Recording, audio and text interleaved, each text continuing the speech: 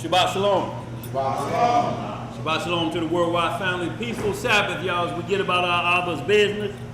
We ain't gonna belabor the fact, y'all. Y'all know how we do it. Wherever you at on this planet Earth, turn toward holy Jerusalem, from whence our help cometh.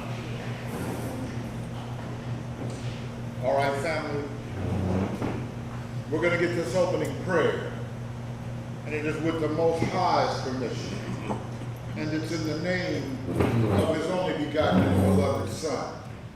He's our Lord and Savior. Yes, sir. And He's our Redeemer. Yes. Yeshua HaMashiach. But we know Him as Jesus the Christ, family. Long live the King. Long live the King. Reading in the book of Psalms, in the 142nd chapter, it reads, I cried unto the Most High with my voice. Yes, sir. With my voice unto the Most High did I make my supplication. I poured out my complaint before Him. Yes, sir. I showed before Him my trouble. When my spirit was overwhelmed within me, then Thou knewest my path. In the way wherein I walked, have they privily laid a snare for me. Yes, sir. I looked on my right hand and beheld, but there was no man that would know me. Refuge failed me. Yes, sir. No man cared for my soul. I cried unto Thee, O Yahweh. I said, Thou art my refuge and my portion in the land of the living. Yes. Attend unto my cry, Yes. for I am brought very low. Yes, sir. Deliver me from my persecutors, Yes. for they are stronger than I. Bring my soul out of prison, that I may praise Thy name. The righteous shall compass me about, for Thou shalt deal bountifully Yes. with me. Hallelujah! Say yes, sir. Outstanding, bro. Yes, sir. Once again, Shabbat Shalom to the worldwide family. Shalom. Shabbat to this STL family, y'all. Peaceful Sabbath day, y'all, once again. Today's lesson, Yeshua, the high priest, teaches how to number our years and feasts. Yes. So the reason we're going over this lesson today is always, it never fails that as we get close to feast days, there's always different understanding. The feast days could be gone over with days before, days, months before, but it's still, when it gets right down to hours before, the day before, there always seems to be some confusion. And the confusion is, well, you may hear they doing it like this. We don't care what they doing. Right. It's what we have been going over and studying and understanding. If you get to that point and you ain't stopped us before that day comes up and say, well, they doing it like that, then now you're adding confusion at the last minute. Because, you know, or we have to double checking ourselves. Did you know this, or are you saying, well, I just didn't want to say nothing since y'all was doing it like that? Well, why are you saying it now? You know, so y'all, what we have to do, because these feast days are so important, they're actually our doctor's appointment where we meet solo with the Most High and offer our gifts. That's what they for, to offer gifts to the Most High. And once we get sidetracked on that, we're going to lose sight of it. But you know what? We never lost sight on these pagan days. We still know them to this day. What date they going to be on?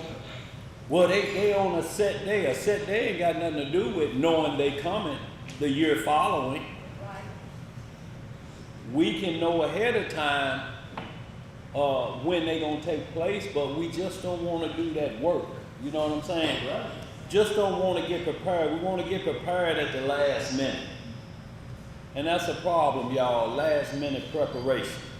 Something's always going to be left out. And the main thing is understanding. But before we get started, just want to send shouts out, or prayer requests out to our sick and shut-in. To our push, as usual, push still praying for you, that you have a speedy recovery. Also, the house of Uriah, Hananiah, Alexis, continued recovery. Big Country, who's continuing to recover. Also, to the house of Judah Black and Sister Rashawn. Her mom, Miss Francis, is taking ill a little bit, so definitely need some prayers going up for Miss Francis, y'all. House of Judah Black. Anybody I missed? Shalom, license. So y'all, we just want to make sure and ensure we include these people that need prayer, because prayer is a powerful weapon, y'all, whether we know it or not. And I'm not just saying prayer is going up, the statement we like to make. Right. Just let the words come out of your mouth. Lord, have mercy on the individual spoken of. Prayer requests for our sitting down, locked in, Todd Shepherd continually. What you got up there, sister? Oh, no doubt. And we definitely need y'all prayers down here, y'all, because the devil is attacking non-stop. And also for Todd Barnett. Yeah. being that I was alone, he said he was gonna try to come, Caucasian man named John Baker. On American Vision Company. He's been back and forth, on house arrest because of his wife supposed to be lying and manipulating about stuff he supposedly did and didn't do when he wanted to come to fellowship. I invited him today, but he said he was gonna try to make it, but they had him on house arrest and ankle bracelets and Yeah. down here, every time he moved back and forth. Yeah, sound like he looked guilty or something. They put that bracelet on his ankle. You know, but the point being, you know. He need prayer. He To overcome that. He asked God to forgive him, but sometimes if he did do stuff, choices still have consequences. Yes, they do. But I told him, sometimes it's the people that's closest to you, and you Right. snake bite. Well, the enemies are the foes of your own household, as the scriptures say. So, yeah, definitely, we just have to understand what is the requirement for, you know, repentance, if that's the case, or forgiveness if someone has done you wrong. That's why we just got done with the Day of Atonement. 24 hours. Yes, sir, I got him, with cataract surgery. Oh, yeah, we definitely praying for you, sister, for that cataract surgery. They want big money for that. Of course, but the Yeah. Lord will make a way where it seems like it ain't no way, I ain't worried about it. And that's good. It's, you know, for right now, how does glasses help you? Not much. Oh, you need a pair of Mr. Magoo's, huh?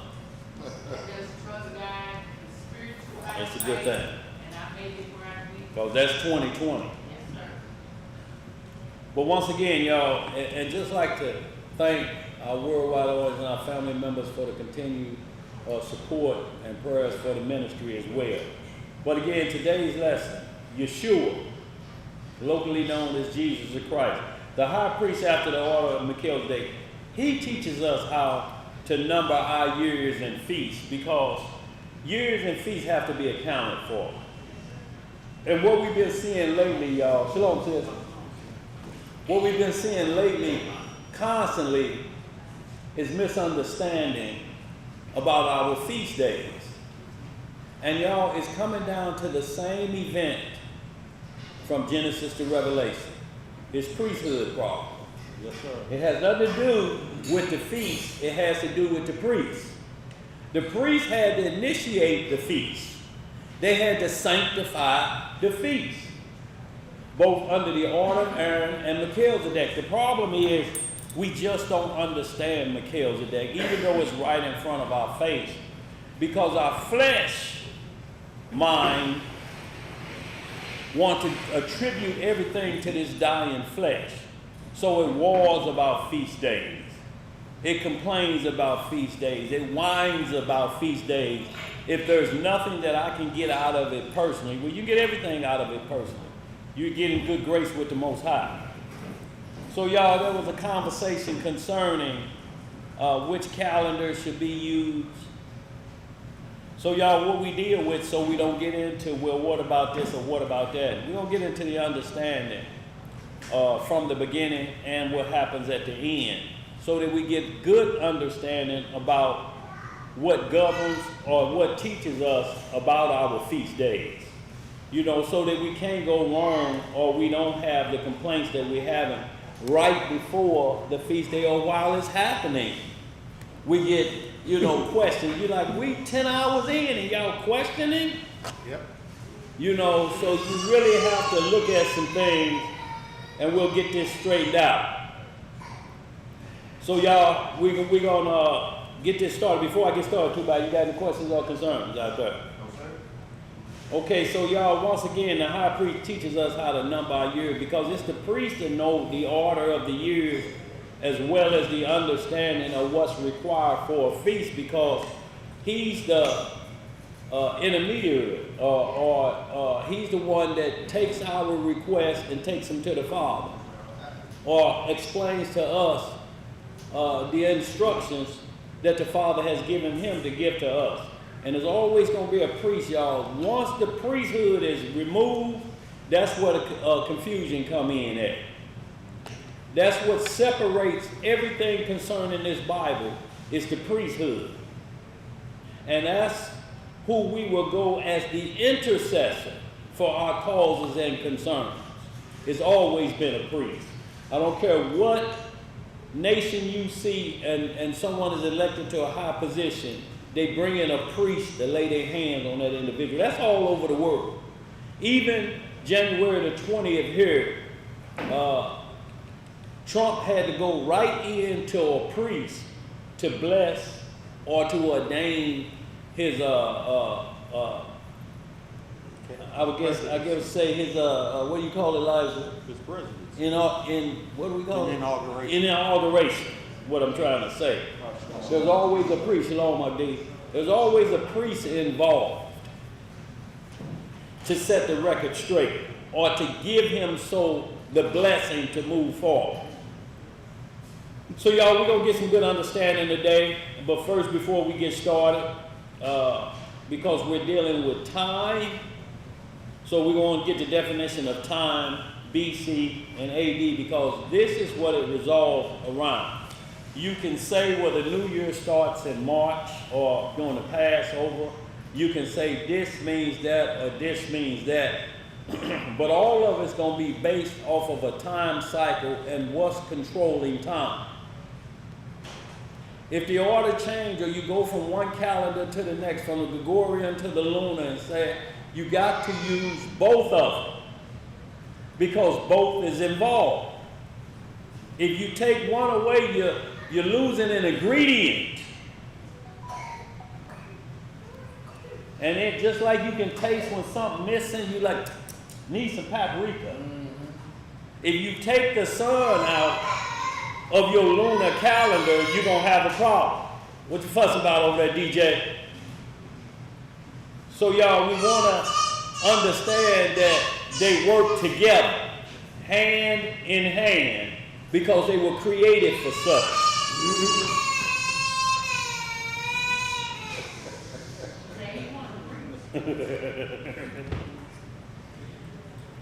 Yeah, she got the quiet and substance formed back there. Yes, sir. That's the cure. So, y'all, we get the definition of time. BC, in the context of time, BC stands for before Christ. So, everything BC, they base it on when Christ was born and the time before that going all the way back to Adam. But it's based off of what individual? It's based off of his birth. So everything that we do, all time is consistent of this high priest who was a high priest before Adam was even formed or thought about. He was the high priest after the order of Melchizedek. He was the first creation of the Most High. Through everything, he's first, and he was given the priesthood to govern the entire planet. So we have to understand that. So time is based off of him. And what does AD say? The end of BC is referring to years preceding the estimated birth of Christ. Yes, sir. While AD, Anno Domini, refers to years following his birth. So this is what time is based off of, y'all. And it's based off of one individual. Once that time is lost, and people chase other doctrines, they chase Pharaoh, and you hear all this noise about Egyptian Pharaoh. But what time measurement is they using? Oh, see, Pharaoh was black. That was 3,500 years BC. They championed him, but they used the Messiah's birth to verify what they talking about, but at the same breath, Xing out. Right. It don't make sense, do it? So what they're trying to do is get you to believe how old something else is, denying the birth of the Messiah, and still trying to use his time. So your all time is based off the birth of Messiah, before and after. So once we lock in on that, y'all, we lock in on the high priest that we need. But just give me a definition of the word time itself.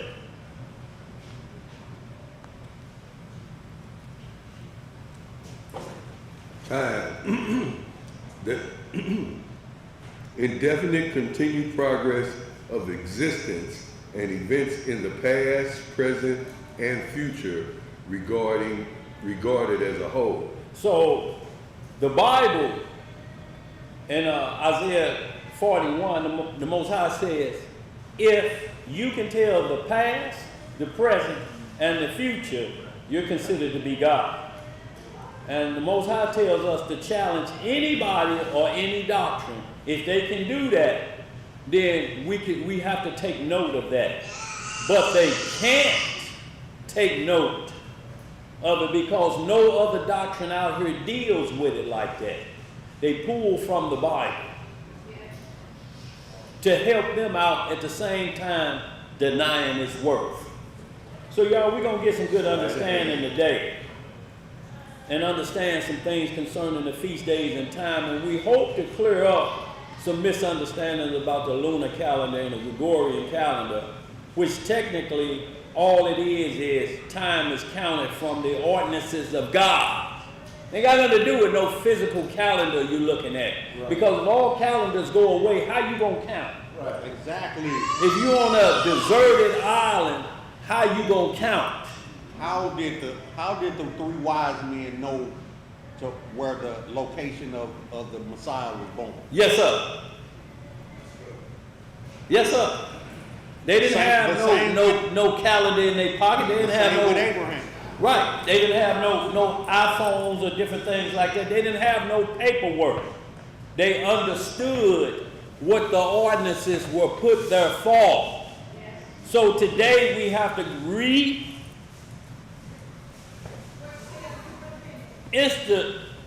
implement this thought in your mind. What were the ordinances put there for? Just in case paperwork go away. There will be no excuse on Judgment Day because the sun and the moon and the stars are set forever. They're not going to break ranks. They're not going to do what man do. They're going to hold their position until the end of time. So y'all, we need to just get some understanding of that. But first we got to understand who's greater than the sun and the moon and who the sun and the moon are compared to. Exactly. The Messiah ain't compared to the sun and the moon. We ain't to worship the sun or the moon. We're not to rely on a calendar system. I don't care who you say invented it, because Enoch didn't invent time. Right. And see, this is where it sounds so confusing with what they're saying is, they saying if you go by the moon or the sun or whatever, you're into idolatry. However, this is what I'm asking the guy. Well, if that's the case, how do you denote the beginning of your month? Where do you start from? You can't. Well, see, this is the thing. They don't know what the new moon is. Right. They don't know what it looks like. Right. That's the confusion. Because I asked a brother who was celebrating trumpets on a particular day, a week ahead of when we had celebrated, why would you celebrate it? I say the script says the new moon, the first day of the new moon, then you celebrate. Yeah. I say, so he celebrated it on a Thursday. Yeah. I said, well, if you're saying today is trumpets, then you're saying last night was a new moon, which was Wednesday. Yeah. And I'm saying if that's the case, that's crazy, because I saw a moon last night. I said, did you see a moon last night? Then it dawned on me. You don't know what the new moon looked like, do you? Right. Well, see, Elijah, what we're getting into is Isaiah 58. He said, I didn't do these days for you to have strife and debate. Exactly. It ain't no debate about it, because if people think you're worshiping the moon, well, Deuteronomy 4:19 tells us not to worship the sun or the moon. Exactly. So it ain't that. What we're trying to get you to understanding on is if you get rid of your cell phone, they take the library away from you. Them ordinances still gonna be there. Exactly. And Do that's you all still know how to count then? That's all I'm telling you. Absolutely, bro. Time, brother. You're confused about time. Right. The element of time itself, man. I say, if you just stay within what the Most High says. Yeah. The new moon, he says these things are set up for your seasons. Yeah. Feasts. Yeah. Sabbaths. Yeah. And things of this nature. But Not to be worshipped, but these will give you your guidance. time. Counting That's all I'm saying. Counting is And not so his worshiping. thing is, they're stuck on Enoch and Jubilees saying 364 days. I said, we can do that. and I said that. I said that there's no problem about that. That's not a problem. I say whether the heathen added 1,000 days, it won't change the Most High's appointed time. If you go according to, he say, the new moon is the beginning of the month. Yeah. Count these many days Yeah. out from that. Right. Yeah. You'll be on point. You will Why be is that on so point. hard? Well, what's hard, Elijah, is that they're taking out the natural ordinances. And what we're talking about, though, is we got to look at who controls the sun and the moon and that priest. It's a priesthood issue, y'all. This is what it comes down to. Either you're going to be into Leviticus 23, you're going to be in the desert of Sinai, or you're trying to figure out who and what is Melchizedek. So Aaron controlled the feast in the desert of Sinai. He told the people what they needed to do, told them what to bring, and he had to offer it to the Most High. If you don't know the priesthood, you're not going to understand this period, whether you have a calendar right in front of you. Still not going to understand it, because you're giving the glory to either the sun and the moon, which is ordinance, or you're going to give it to a calendar system. And you keep naming individuals that need the Messiah for their existence. Yes. You can't put the cart before the horse. So today we're going to put the horse, technically, just using that term, back before the cart, so we can see where the lead is at. Yes, sir. And we understand what the true horsepower is at, because we're going to go over some things today in Genesis that we may miss and just not seeing who that high priest was and what does he control. If the sun and the moon went away, it has no problem for us if the Messiah, the high priest, is there, because he's bigger and greater than them. They just a shadow. It was in case we sinned. It's plan B. That's it. It's always been plan B. What we're doing is making it plan A. Yeah. So what happens is the high priest of Messiah get taken out. But we're going to go over some things today to help you understand that and understand about feast days, because no man should be able to judge you if you know what to say. And let no man judge you don't mean you can't say you can't judge me. What it's saying is, if they bring you into condemnation, that's letting no man judge me. You can't bring me into condemnation about a feast day and I know who the Messiah is and his high priest are. It's impossible for you to bring me into condemnation. So that's what it means, don't let no man judge you. If you know the rules, it's impossible for them to lay right or wrong on you. Because what we're going to do, we're going to eliminate your source that you're trying to use to judge. It's going to be evidence that you thought you had and it don't exist. It'll eliminate all of the debating. If we put the horse back in front of the car. So y'all, let's break this on off, starting with Colossians, the 2nd chapter. And then we're going to get into some things so you start to look at, before the sun and moon was created, what was existing before that. And then it'll put your mind back in the front where it needs to be instead of at the back. And then we'll get into the Enoch and the Jubilees concerning what comprises 364 days. We're going to get all of that. And we're going to see what people err at that read part of the script. And that was one of my questions to them. Do you use Jubilees and Enoch as your source or resource to the source? Yeah, that's what we're talking about, Elijah. And that was my question. Because Enoch did. That one never got any answer. Right. I said, because now what you're doing is you're using the resource that they use as the source, and you're using like that it's as the a high backup. priest. It's the I said you can't do that. That's why you're confused. That's why you're confused, y'all. It's a priesthood issue, y'all. It's always been a priesthood issue. It's going to be a priesthood issue till we leave, because it's about that high priest who time is counted from. All of the calendars on earth are based off of the Messiah's birth. But why do we keep missing? Before and after. The count is there. When you're arguing about the Council of Nicaea, it's 300 and what? How many years? 325 after the Messiah was resurrected. So it's a new doctrine. Come later. Colossians chapter 2, all y'all. We're going to get some good understanding today. Most High willing. All right, family. We're going to be reading in the book of Colossians, chapter 2. And we're going to start the reading in verse 1. Yes, sir. Everybody there? Let's get some understanding, family. Colossians 2 and 1. Yes, sir. For I would that ye knew what great conflict I have for you, and from them at Laodicea, and for as many as have not seen my face in the flesh. Yes, sir.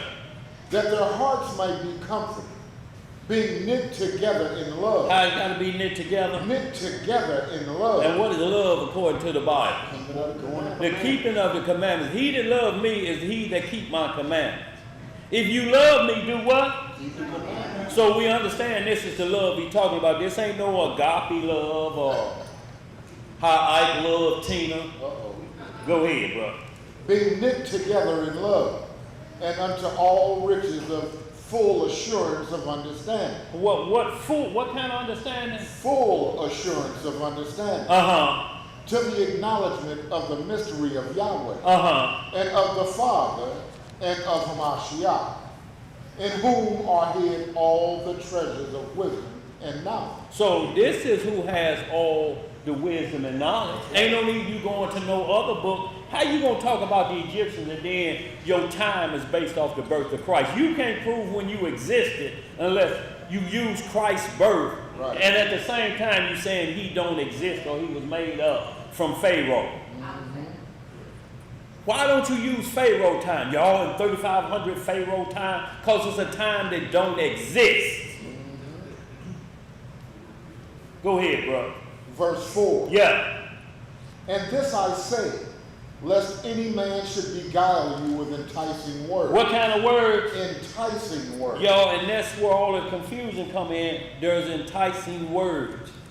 And it's called word etymology, or one-lining you with a word. I can tell when a lot of people out there, just by the responses, where they got that information from. Because it's information that don't allow you to ask questions. See, this is class. Anybody can raise their hand up and say, hey, stop right there. Right. can you answer this? Well, you can't do that with online courses. You have to just take it and then you scroll down and look at the comments of people. You don't know what they believe. Right. Go ahead. Verse 5. Yeah. For though I be absent in the flesh, yet am I with you in the spirit, joying and beholding your order, and the steadfastness of your faith in Hamashiach. See, this is what it comes down to, y'all. Your faith in Hamashiach. If you X him out, you have no faith in Hamashiach. If you put anything before him, you have no faith. If you don't understand Revelation 5:5, he's the root and the offspring of David. You cannot keep him the offspring because you're going to take his majesty away. If you keep him at the offspring, if you keep talking about him after David, he was way before David. David prophesied of him.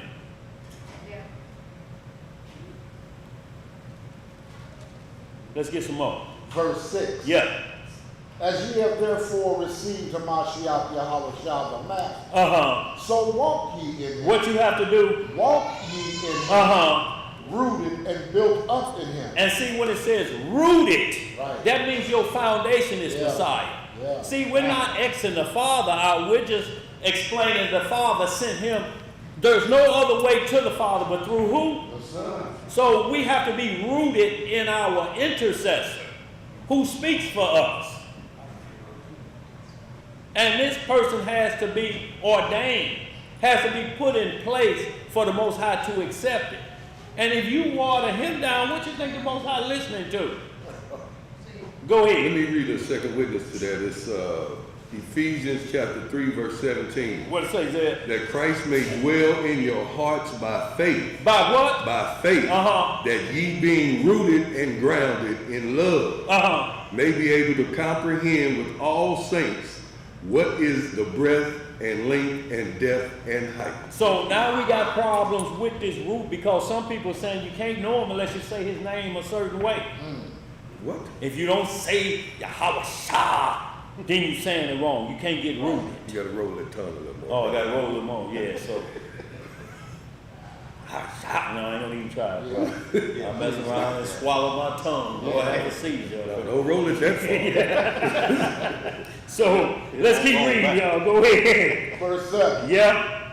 Rooted and built up in him, established in the faith, as ye have been taught, abounding therein with thanksgiving. So you've been taught this. It ain't like you don't know this. This is from the beginning of everything. Let us make man. So if you ain't asked yourself who is the us yet, it's a problem already. You're scared to ask it because it may be the Messiah. Or you a me. Right, and people want to believe in the Messiah they can see. They don't have the faith. So what happens is you start to lean to man worship. Well, my pastor said, Right. or the leader of this camp said, and they become your Messiah. You're not rooted. You're rooted in that individual who's a sinner like yourself. You can't be rooted in a sinner.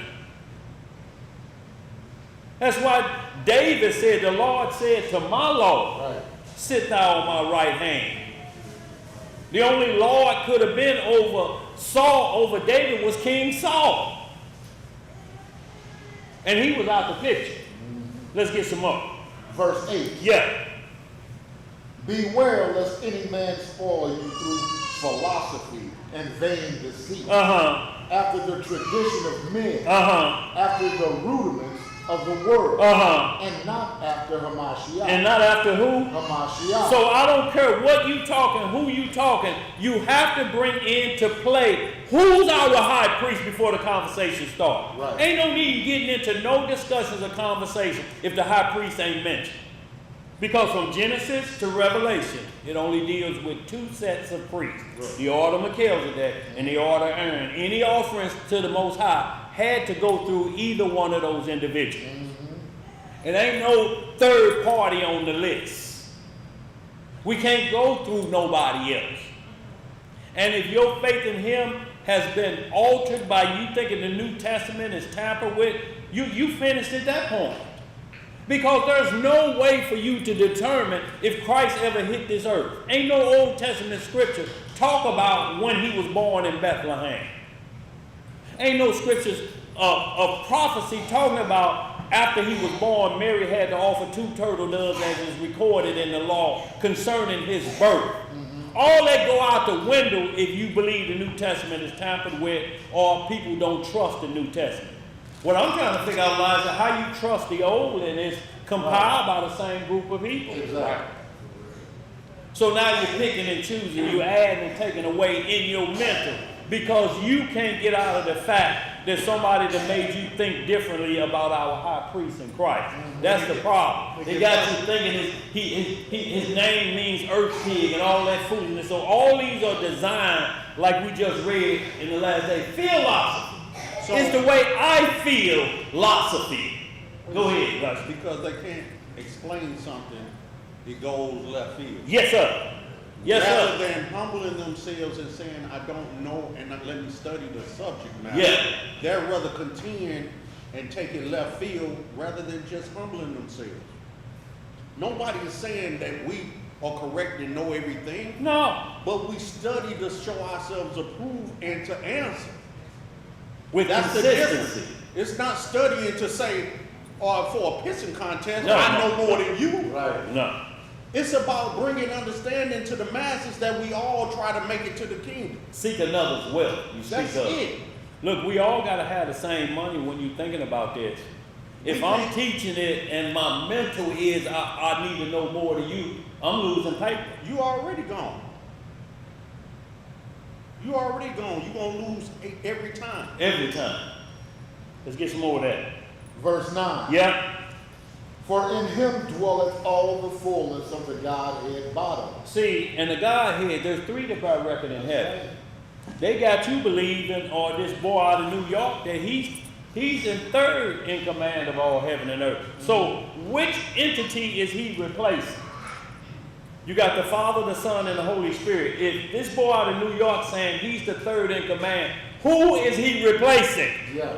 You know who he replacing, the Messiah. It's simple as that. If he walk in the room and they say general on deck and you stand up, that's a problem. He's replacing the Messiah, y'all. That's all these camps doing. Every one of them is the replacement of the Messiah as the high priest. And that's funny that you say, when they say general on deck, everybody stand up. But if Yeshua walked up in here, everybody would bow down. But oh, come on, bro. You hear me? Let's get some more of this. Verse 10. Contrast, ain't it? Yes, sir. Yeah, they're different things. Verse 10. Yeah. And ye are complete in him. What makes you complete? You are complete in him. So you can't be complete if you deny the Messiah. Right. You ain't got all your ingredients. It's you missing something. Yeah. The man Your high agrees. priest is missing something. And it's called sin free. Yeah. Go ahead. Which is the head of all principality and power. What is he? The head of all principality and power. Yes, sir. In whom also ye are circumcised with the circumcision made without hands. In putting off the body of the sin of the flesh by the circumcision of the Mashiach. Yo, we have to circumcise our hearts with the Messiah like Abraham did. That was the Messiah that met Abraham. Yeah. That's who was discussing with Abraham, if it's 50 righteous, will you save Sodom and Gomorrah than 5 cities? If it's 40, if it's 30. Messiah say, if it's 10 righteous, I'll save them 5 cities. Can y'all imagine, man, not 10 people righteous in 5 cities? St. Louis, Jennings, Ferguson, Kinloch, Florence, 5 cities, and we can't get 10 people out of it. Let you know what a remnant really is. That lets you know what a remnant is. It lets you know what a remnant is when the book of Jasher say it was 700,000 men on earth and only 8 people got on that ark. Out of 700,000 people, 8 people. Souls. Let's get some more. That's a drop in the bucket. Boy, you talking about a drop in the bucket. Go ahead. Verse 12. Yeah. Buried with him in baptism. Yes, sir. Wherein also ye are risen with him through the faith of the operation of Yahweh. Yes, sir. Who hath raised him from the dead. And you, being dead in your sins and the uncircumcision of your flesh hath he quickened together with him, having forgiven you all trespasses. See, and that's what we got to understand. He forgive you your trespasses. So when non-messianics come in, who they praying to for their sin? Right. Who is relieving them of that bad behavior? General on death. General on death. Yeah. And y'all, that's what they do. They have a council called the Maserala Council, that where you got these Israelites, they don't care what you believe. You ain't got to believe the Messiah. We're the council for all whatever you want to believe. We don't care as long as you know you Israel. So what happens is the nation goes above the gospel. So you start worshiping the nation. And what happens when you worship the nation? You're worshiping unrighteousness. How you going to have a council and we're here for bad problems? It's like you talking to somebody about the goodness of the Lord and you in the hole. You understand what I'm saying?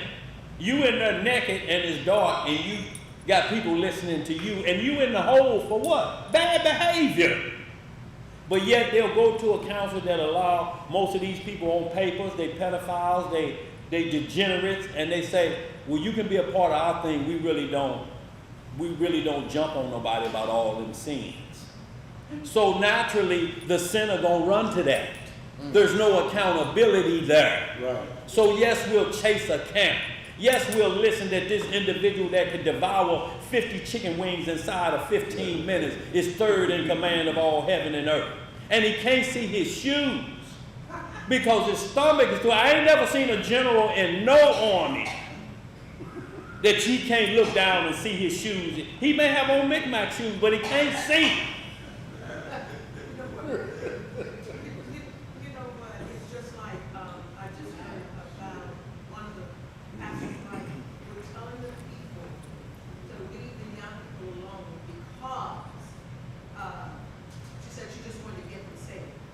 Do what? We just want to get in the Christian church. She said, leave those young people alone because somebody was told that they can come in with the act. Well, and she said, leave them alone because they're trying to get saved. well, part of that is correct. The part that can't allow correction is they say the laws are done away with. See, so even if they come in, you're charging them with a crime of a short skirt. But yet you don't teach the law exists. So what do you go to prove to them that you need to add some inches to that skirt? What do you use? Well, you're saying the tool that's needed for them to get understanding is gone. So you come as you are, like when the Pharisees invited the Messiah and the woman started wiping his feet with her hair. They say if he knew what kind of woman this was, he wouldn't be letting her touch him. This the thought of all thoughts, this chief thought. Up in her.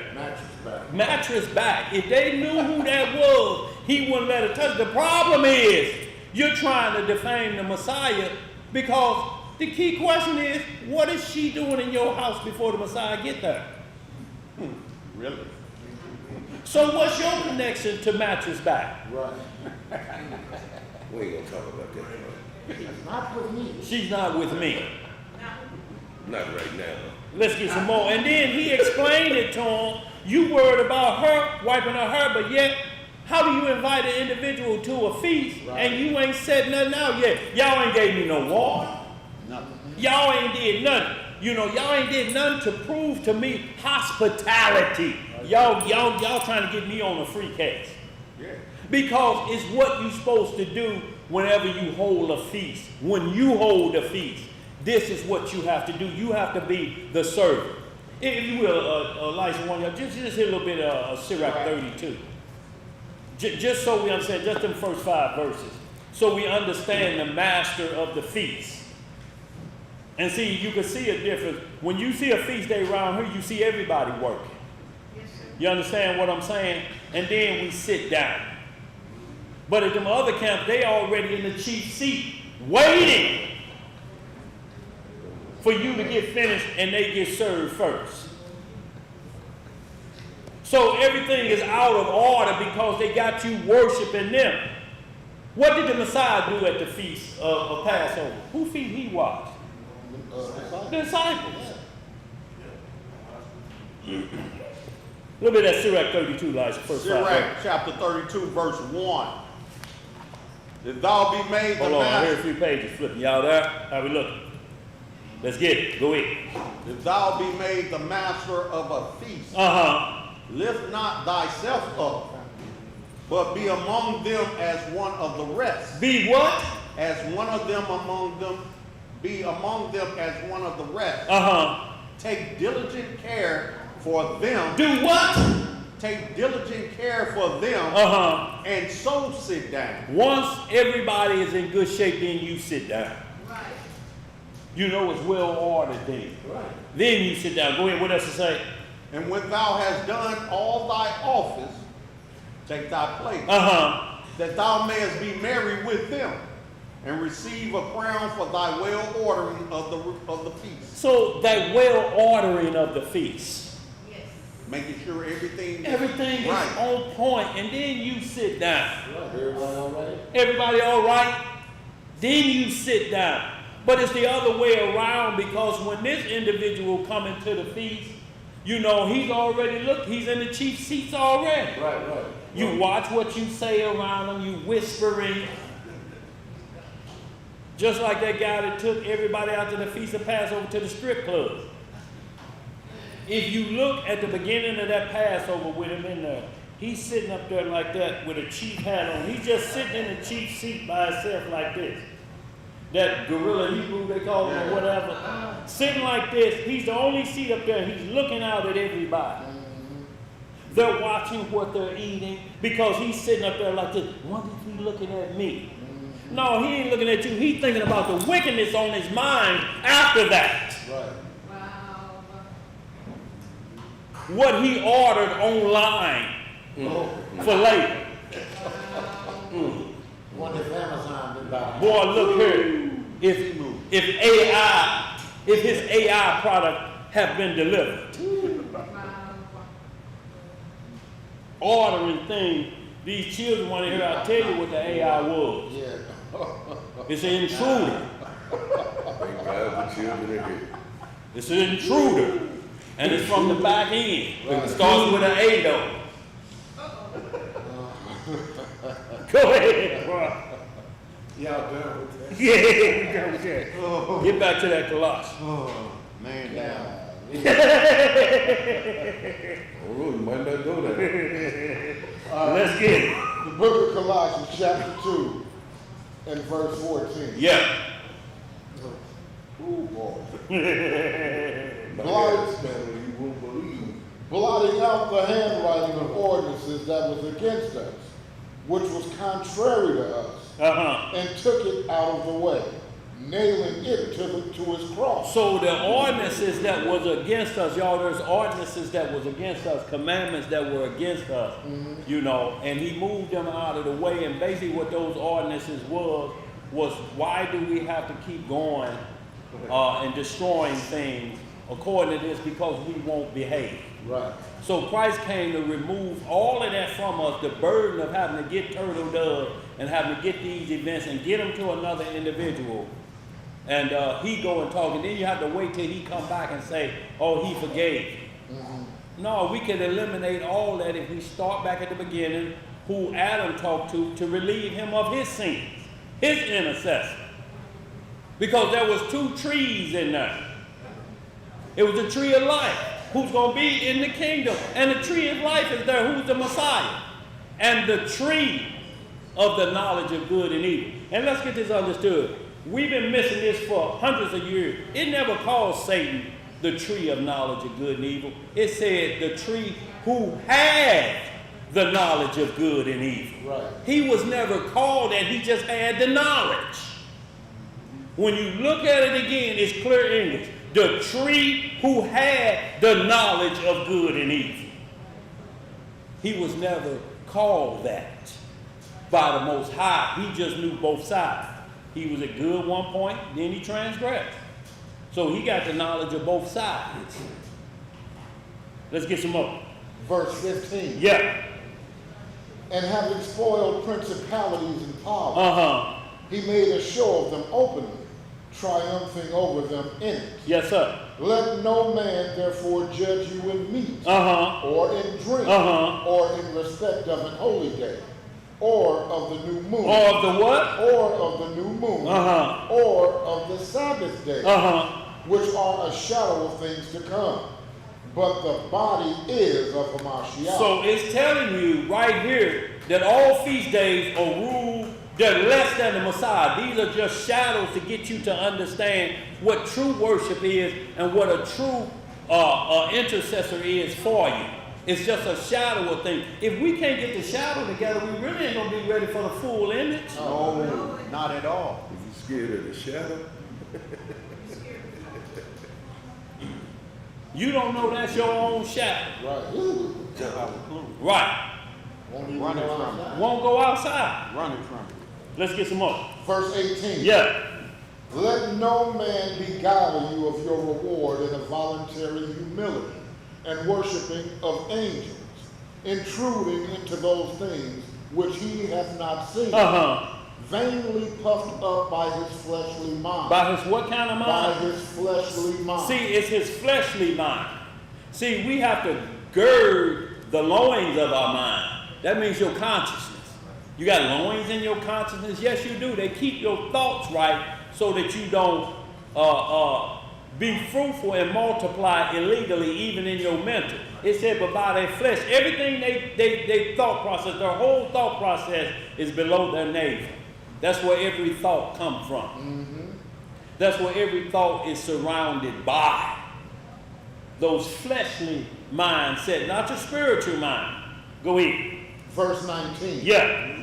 And not holding the head, from which all the body by joints and bands, having nourishment ministered, and knit together, increaseth with the increase of Yahweh. See, and not holding the head, which is Messiah. There's nothing you can do, there's nothing you can go through unless the Messiah ordains it. Right. It was at the beginning and it's at the end.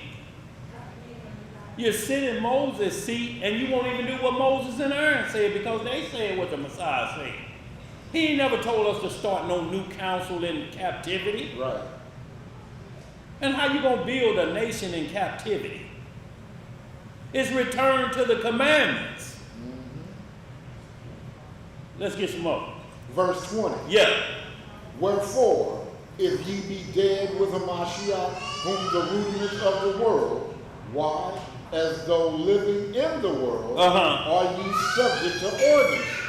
Touch not, taste not, handle not, which all are to perish with the using, after the commandments and doctrines of men, which things have indeed a show of wisdom in will worship, and humility, and neglecting of the body, not in any honor in the satisfying of the flesh. Not in any honor in the satisfying the flesh. You have people that say, man, is y'all lamb 100? Is it got any white strings in it? Right. Is it whole? Did y'all kill it? So you done missed the lamb of the Most High. Right. You done missed this whole picture. And that was a couple thousand years ago, and you still talking about cattle. That's still in your mind that you expect me to go to Sula Market and find one that fits where Aaron then was talking about. What about the Messiah? Ain't that what John the Baptist said? Behold the Lamb of who? God. Why are we chasing Sula Market and the Arab International place? See, they ain't got no pork in there. They missed the point, brother. See, and they lambs are whole. You know what the problem is? They pray to another God. Yeah. Have you asked them before they put that meat on the counter? You ain't prayed to Allah over this, have you? No, because your mind is stuck in the rudiments of the world. And you think if I get a whole lamb or the best shape I can get it, I'm in better grace. That's what men teach you. Yeah. They ain't gonna stop you from sinning. No, they ain't. Think you can chew on some lamb and that'll relieve you. I just felt that. At least 3 of that felony is gone. Give me another bite. They ain't going nowhere. Feel like They all go of them nowhere. gone now. I feel like 144,000 behind eating that piece of lamb. Nah. Go ahead, bro. We finished that. That's it. Let's get right to the next one, y'all. We just wanted to get the understanding of who we had to deal with. Let's go Genesis 1, verse 11 through 13. And y'all, we're just going to touch on these to put your mind back in the beginning. Dan, could you start at the morning and the evening and the morning were the first days. Oh, you just want to go ahead and get to the beginning? 1 through 4 and then we jump down? Yeah. Okay, so y'all, we're going to go 1 through 5. 1 through 5 and then we're going to jump down to 11. Okay.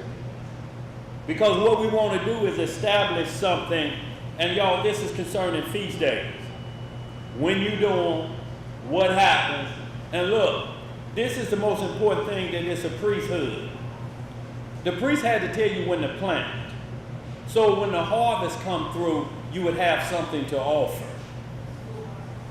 This is why the priesthood is involved. Because you had to take those crops, give them to him, and then he'd make the offering for you. Exactly. I seen something that a brother posted. He said, the Day of Atonement is 24 hours, but yet you want to make the Sabbath only 12? You want to make the Sabbath only 12? Only 12 hours. Because a lot of people don't count the night, the evening before. But on atonement, you take it 24 hours. Well, it ain't never said the Sabbath was 12 hours. See, what they're doing is they play on words that will say, oh, they're not 12 hours of the day and 12 hours of the night. But how does day start? Right. At what time? Evening, that's why I wanted to go this 1 through 5. If day starts at night, then how you exclude the night? It don't make sense, y'all. These are what we're talking about, philosophers. It's what they feel the scripture is saying. They ain't got nothing to back it up. There's night and day, and every day to complete it. If you leave one or the other out, there are going to be problems. That means you're adding or you're taking away. Then how long is a Sabbath day's journey?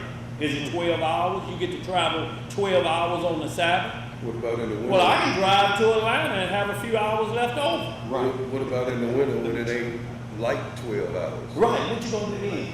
See, y'all, so once we get off the ordinance of Messiah, he taught us to walk.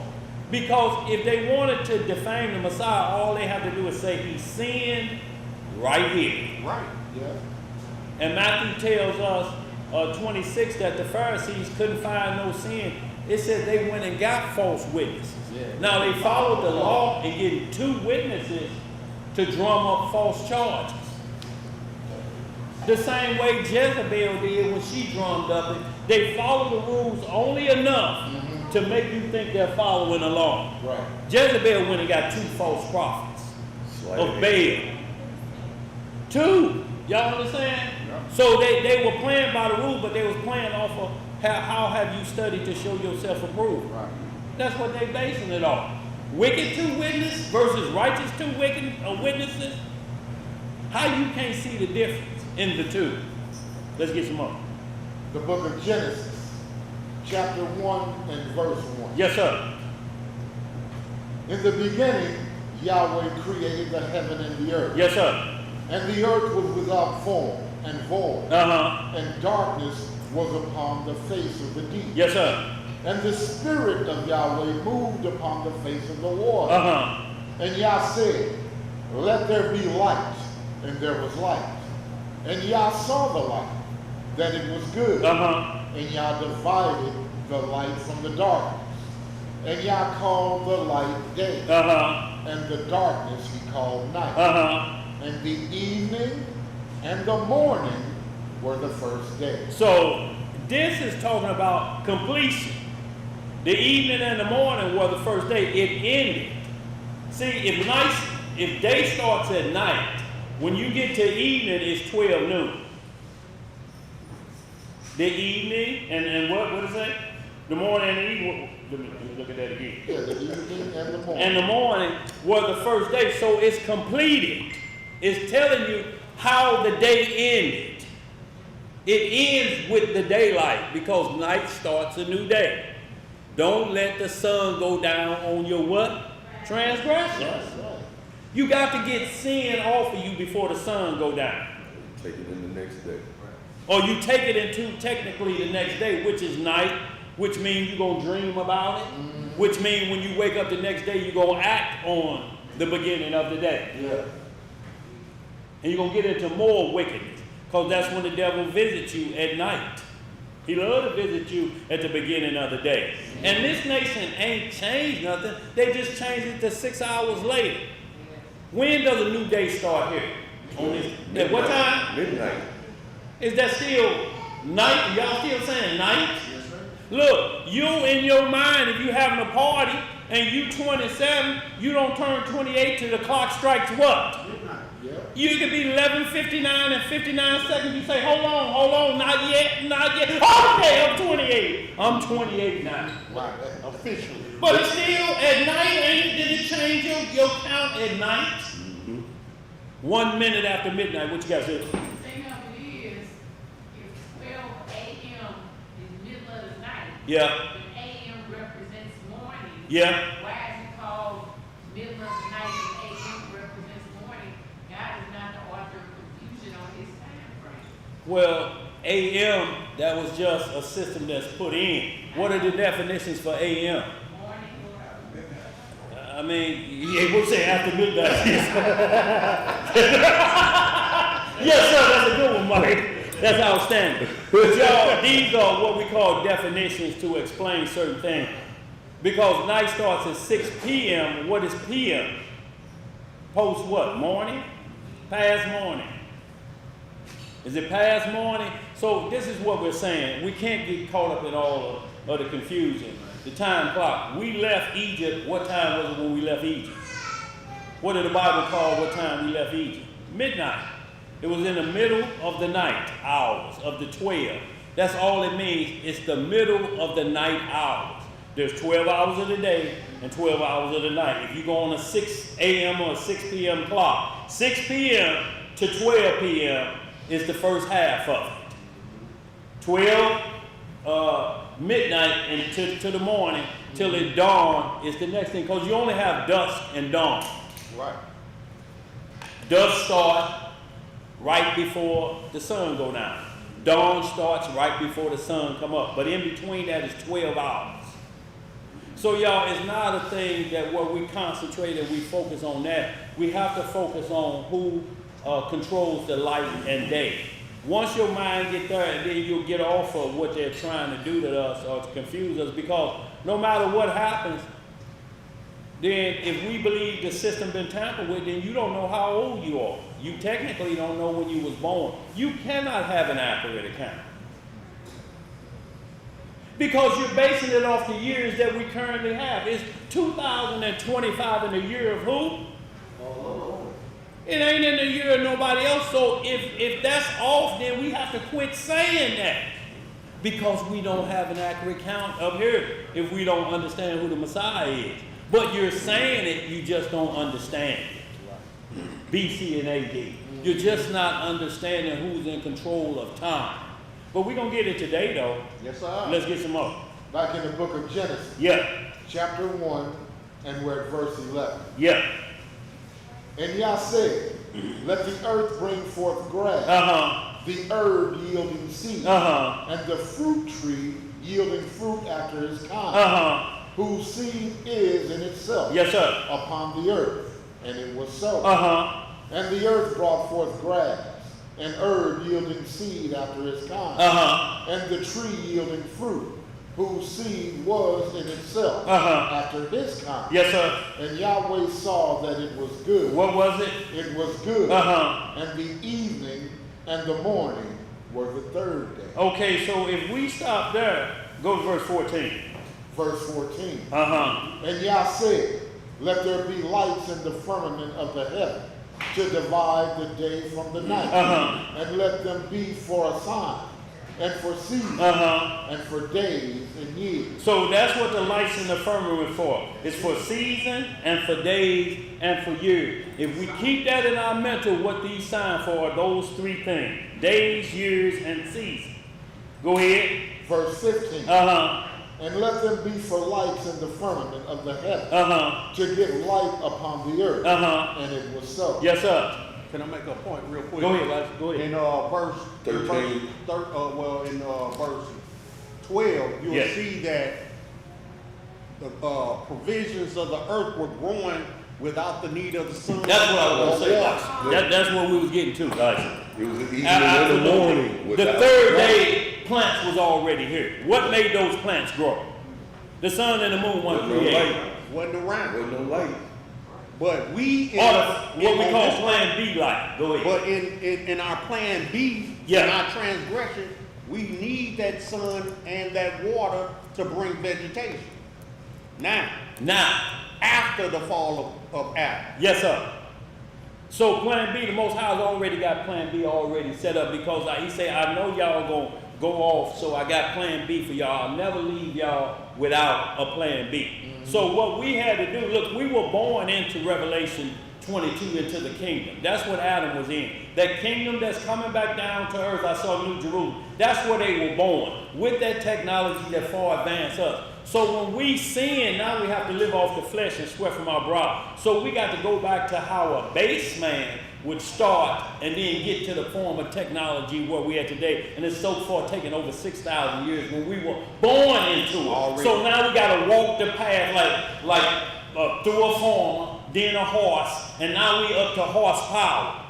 So you got one of them Hellcats is what, 400 horsepower? Right. So technically you would have to strap 400 horses to a wagon to do what that Hellcat is doing. But what they still calling it?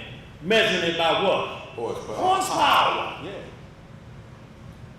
We're just getting to the point of where the Garden of Eden was like. This ain't coming close to the Garden of Eden, but this has more technology than they had to go, that they claim they sent the space shuttle to the moon. This has more technology, and this ain't even touched the surface yet of what that kingdom was like Adam was in. Right. We're talking about super technology. We're talking about the event to look through the firmament and see the Most High, the Messiah, sitting on the right hand of the Father. That type of understanding, but it was in the mental. Yeah. This is trying to get control of your mental. It can't determine your thoughts. So you ask it questions and then it tells you what you're thinking. And then it'll ask you something else. Was this what you mean? Yeah, and that's what, but if you look at social media, it asks what's on your mind. What's on your mind? So they build a book of life on you based off of the questions they ask you instead of, the Most High knows the thoughts of your mind already and the intent of your heart. He already know why you thinking it. AI can't do that. They can't get inside your head. You have to tell them what's up in your head. And that's what Satan did with Adam and Eve. Yes, he did. What you think? The What's only on your thing mind? he can do, no, don't believe that. He don't want you to have fun. So fun is being kicked out like you was. Yeah. The question should have been asked, well, why are we told not to listen to you? What did you do? Right. But it became a tree, one to be desired because our eyes like to.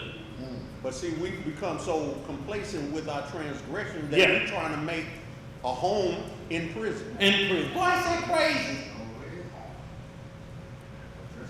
Go ahead. That's it on that, IQ.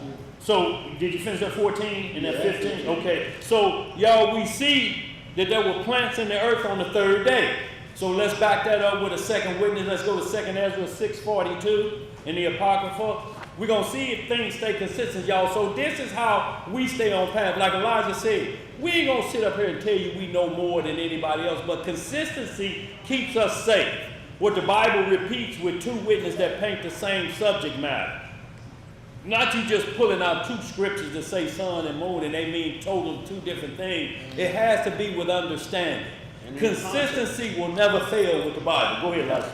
No, I was just saying it has to be within context. In context. Precept upon precept, line upon line. And y'all that know- doesn't just mean cherry pick one that sound like this and then Yeah. cherry pick another one Yeah. that sound, because both of them have the word tree in it.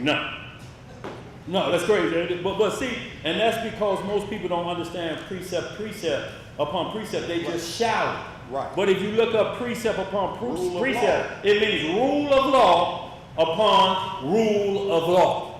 So when judges are deciding cases, there's two cases that's rule of law.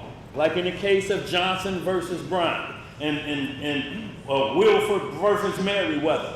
It's the same rule of law for both of them. And how it's determined. It's based off the what? The law. You'll never get precept upon precept when people dictate to you, or you can't believe that part of the law, or I ain't gonna believe the New Testament, or I believe it's been tampered with. Your precept upon precept have been destroyed at that point. because it's all guesswork now. Go ahead. You take the law out of everything, the whole subject matter is over. Priest controls the law. Yes.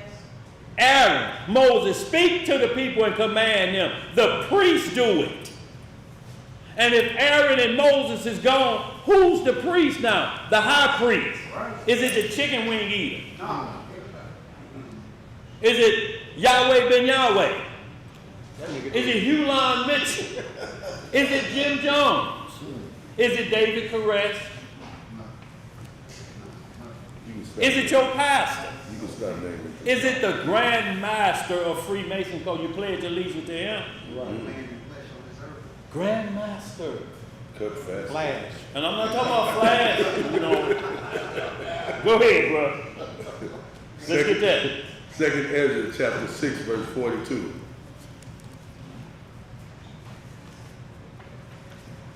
Go ahead. I'm with you. Hold up. Upon the third day. Upon the what day? Third day. Did we just read that in Genesis? Yes, sir. So what we're trying to do is make sure our precept upon precept and our witnesses start off the same way. That's why we went to Genesis, Genesis 1 verse 11. Both of them start with the third day and what's created. Go ahead. Upon the third day, thou didst command that the waters should be gathered in the seventh part of the earth. 6 parts hast thou dried up, and kept them, to the intent that of these some being planted of Yahweh and tilled might serve thee. So that's what Adam was told: till the ground.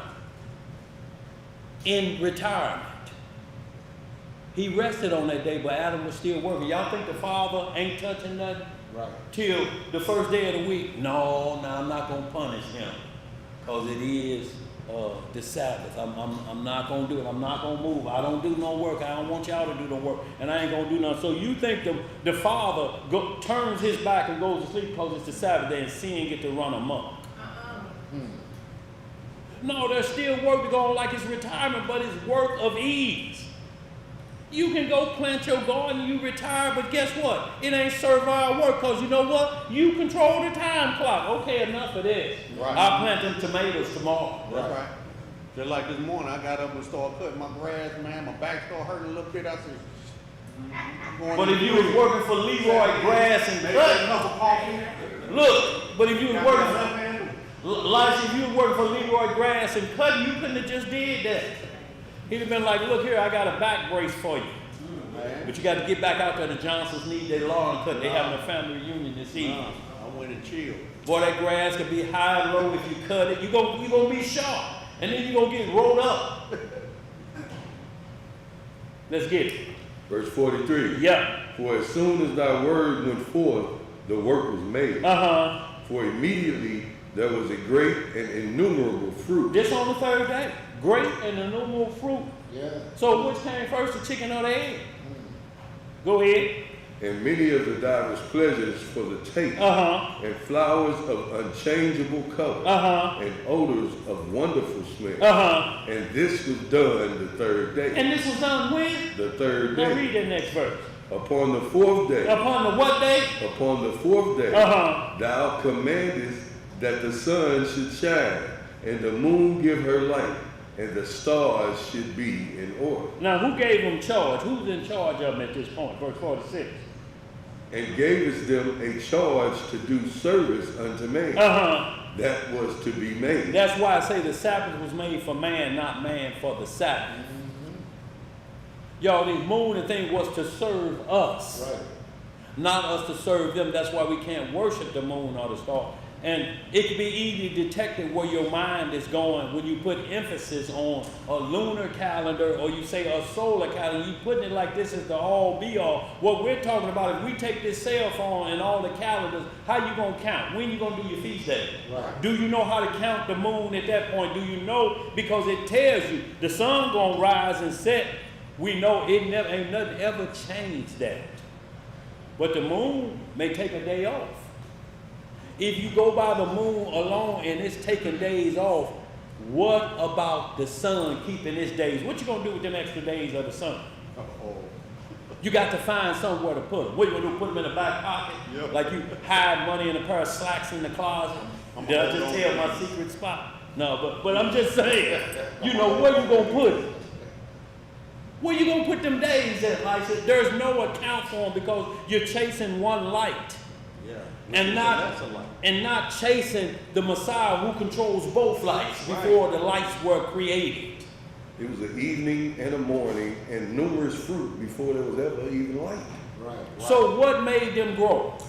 And why is the Messiah compared to the sun and not the moon? So that would tell you what has dominance over the other. And the sun is called the what light? The greater light, right? The moon is called the lesser light, right? So the moon gets its lights from the sun according to Enoch 72nd chapter. It says the moon has zero light. If it wasn't for the sun rising, the moon would stay dark all the time. We would always see, it wouldn't be the dark side of the moon, it would be the moon is dark. And not only this, to let you know how it's controlled in Matthew 24 and Joel when it starts out.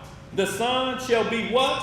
Darkened, and the moon should do what? Not give her light. You know why? Because the sun darkened, the moon can't give her light. Right. It's dependent on the sun. So how you going to put this in front and say this is our calendar that controls the Sabbath?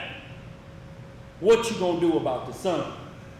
Let's get a little bit more. We finished that though. Yeah. Let's get right to it, y'all. Revelation 21:23, y'all, and we just want to see how the sun, not the moon, is compared to the Messiah. Yes, sir. Which one is stronger? So that lets us know what controls the feast day. Mm-hmm. And don't allow the feast days to get out of sync.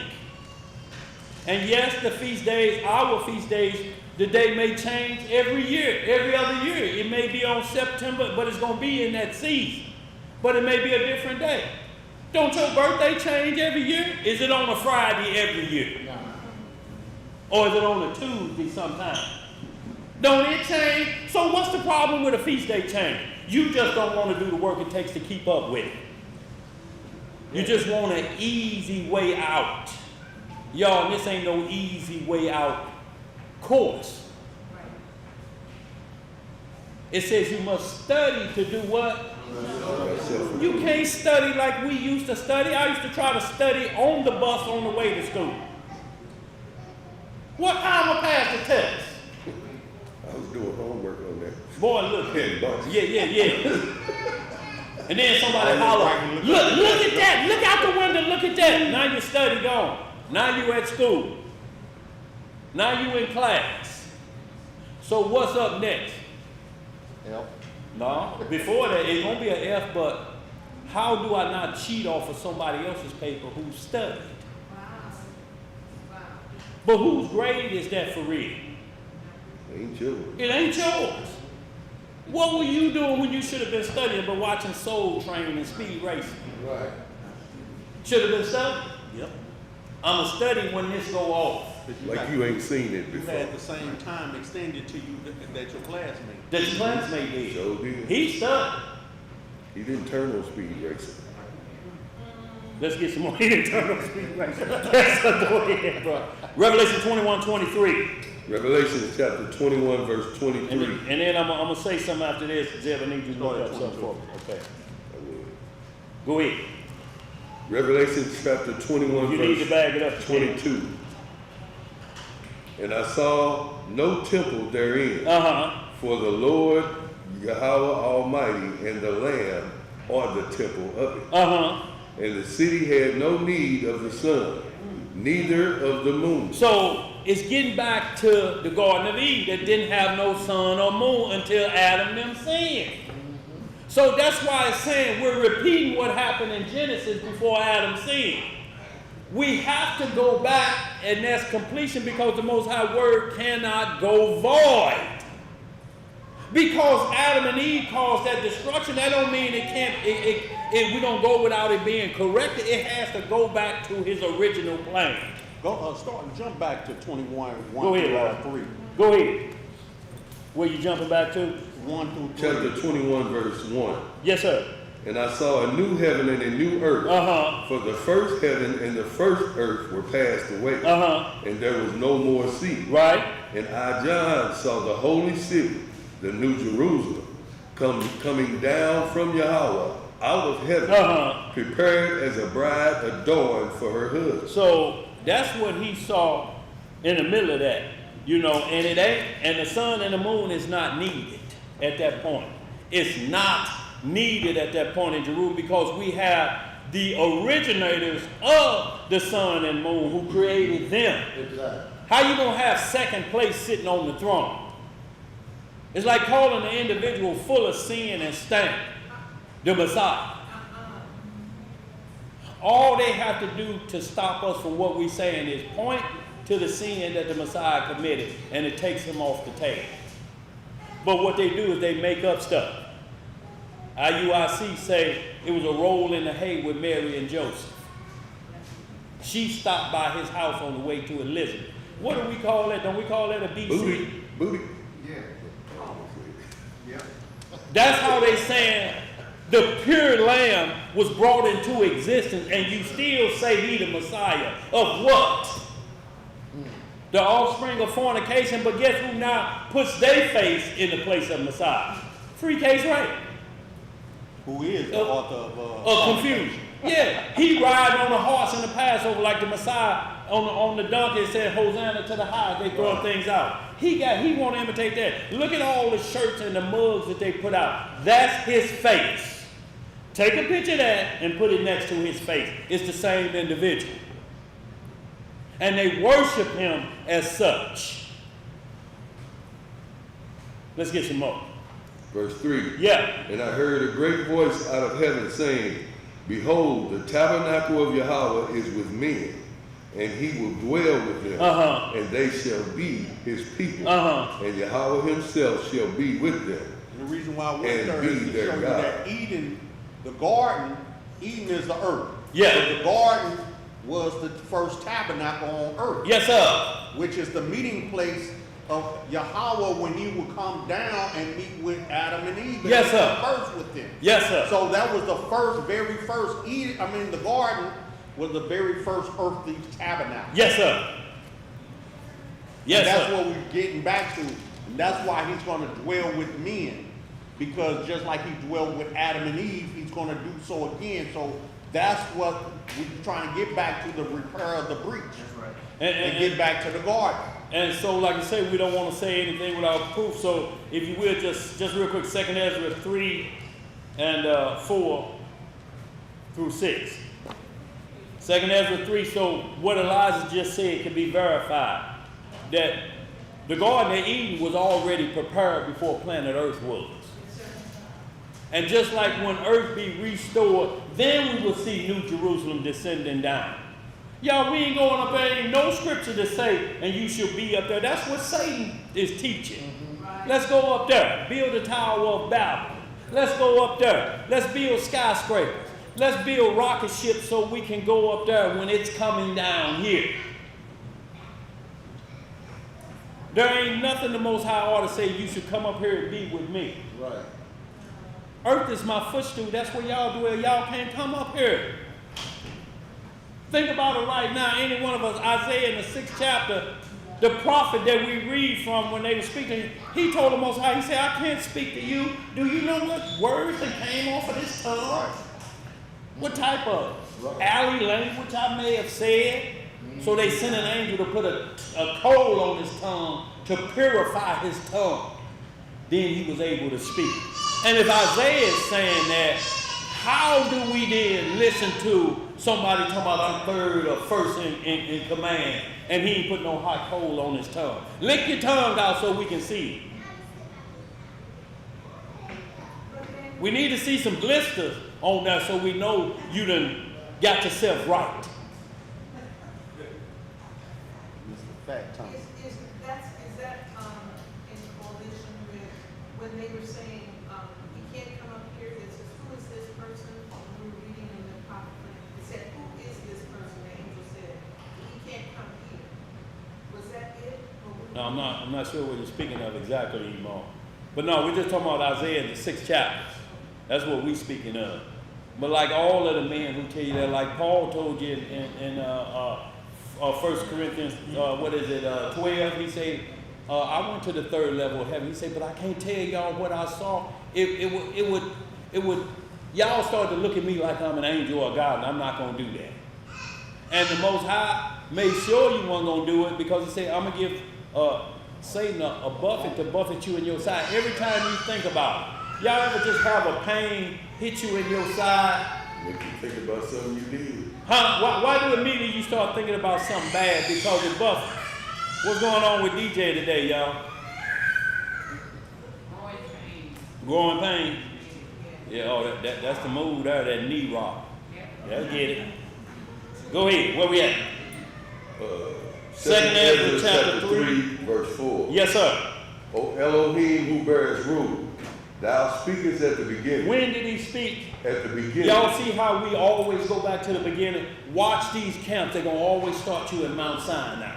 They're going to always start you after our crimes. They're not going to start at the beginning before the crime because they want you to live in transgression. Right. As long as you got a fault, we can rule over you. Right.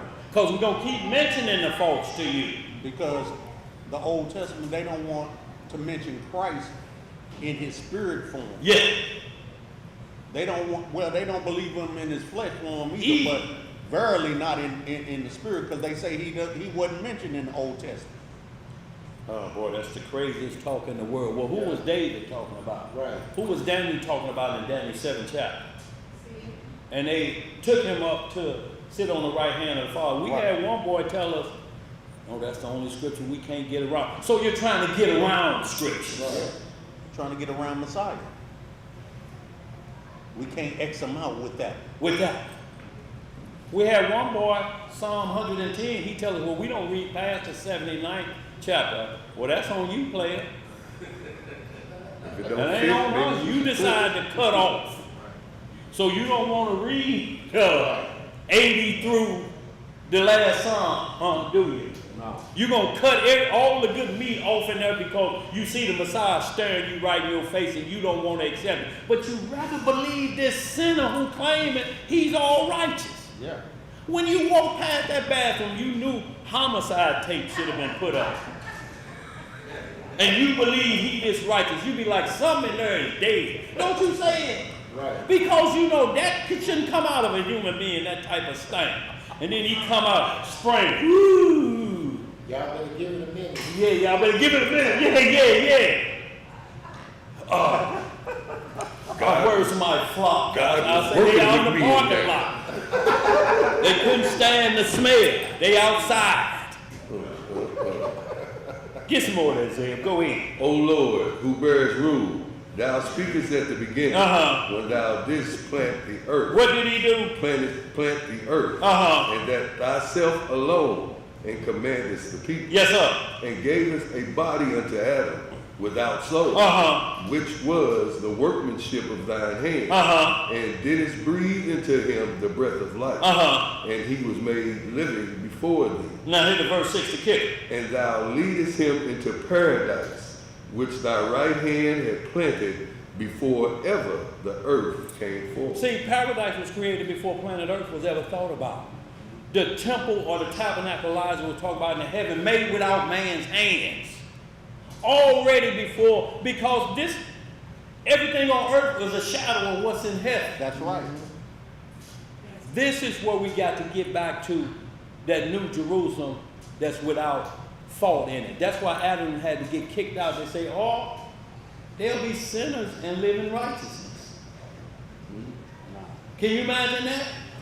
No. You living in the kingdom and you still got pedophile tendencies. Oh, no. I'll just change it like the current thing is to SPA. The Lord accept me as SPA. Small people attracted. You're a pedophile. Ain't no need changing the name. How you attracted to small people? See? I don't care how you change the name. Then it's still Satan's kingdom. It's still Satan's kingdom at that point. Because it says, thy will be done on earth as it is in heaven. That's right. We said Not this that's going on here now. So y'all, we're going to have to speed it up, get caught up a little bit. Where we at? Revelation 21 Yeah. and verse 23. Did we get there yet? Get that 22, 23 again. Yes, sir. Revelation chapter 21, verse 22. Yeah. And I saw no temple therein. For the Lord Yahweh Almighty and the Lamb are the temple of it. Just like it was in the Garden of Eden. Go ahead. And the city had no need of the sun. What did the city not need? No need of the sun. Neither of the moon to shine in it. For the glory of Yahweh did lighten it. And the Lamb is the light thereof. So now we get back to Genesis 1 through 3, the first 3 days, and we see how it matches up. Right. Ain't nothing gonna change, y'all. Nothing will change. So y'all, let's keep it moving. The book of Malachi 4 and 1. And what we want to do here, y'all, at this point, before we get into the Enoch and different things, talking about the 364 days. Y'all gone? Come on, brother. All right. Love you too, brother. So what we want to do, y'all, is just get the understanding of which light the Messiah is compared to. Because he's the ruler over it when those lights are just a shadow to understand the feast day. The Messiah did the feast days, but he let everyone know he was the ruler of it. Yeah. He's the ruler of the Sabbath. Yes. Yes. Is it lawful to do good on the Sabbath? Yeah. So why would you not feed nobody or a baby change the diaper on the Sabbath? Because it was work.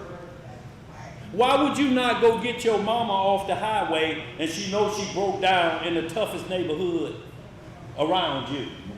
Where you at? I'm broke down right around the corner from Kinlock. Well, yeah, it's the Sabbath, so You gotta wait till tomorrow. I don't know what you gonna do. Lock the doors. We'll be there in the morning. What you say? That's that shit supposed to be sent down. Yeah, on the Sabbath day. Look, just play dead. A lot of people also see that at Nehemiah, you know, when Nehemiah threatened them that if he saw them standing by the gate selling on the Sabbath, that he would put hands on. And so a lot of them see that as, I can't sell or buy on the Sabbath. What priesthood is that, Elisha? Aaron. See, that's what we're talking about. Right. That's what we're talking about. They don't have a clue. When Messiah was introduced to Melchizedek, he said, look, you same priest talking about don't move and don't heal. I want y'all to understand their mindset. You cannot heal a blind man on the Sabbath day. You cannot make a lame man walk. But he said, but guess what I saw you priests doing?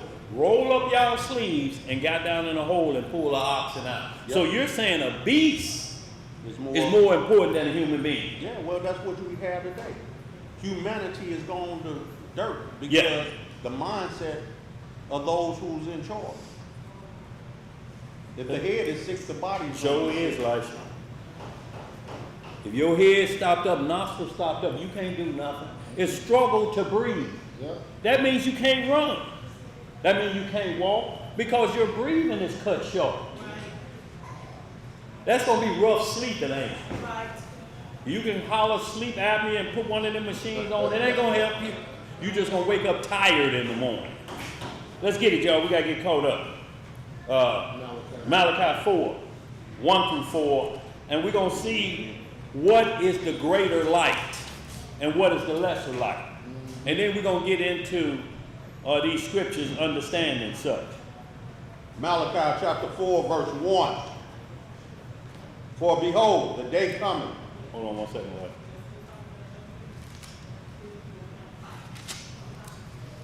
Okay.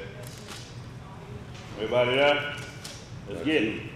Malachi 4 and 1. Yes, sir. For behold, the day coming that shall burn as an oven, and all the proud, and all that do wickedly shall be stubble. And the day that cometh shall burn them up, saith the Most High of hosts, that it shall leave them neither root nor branch.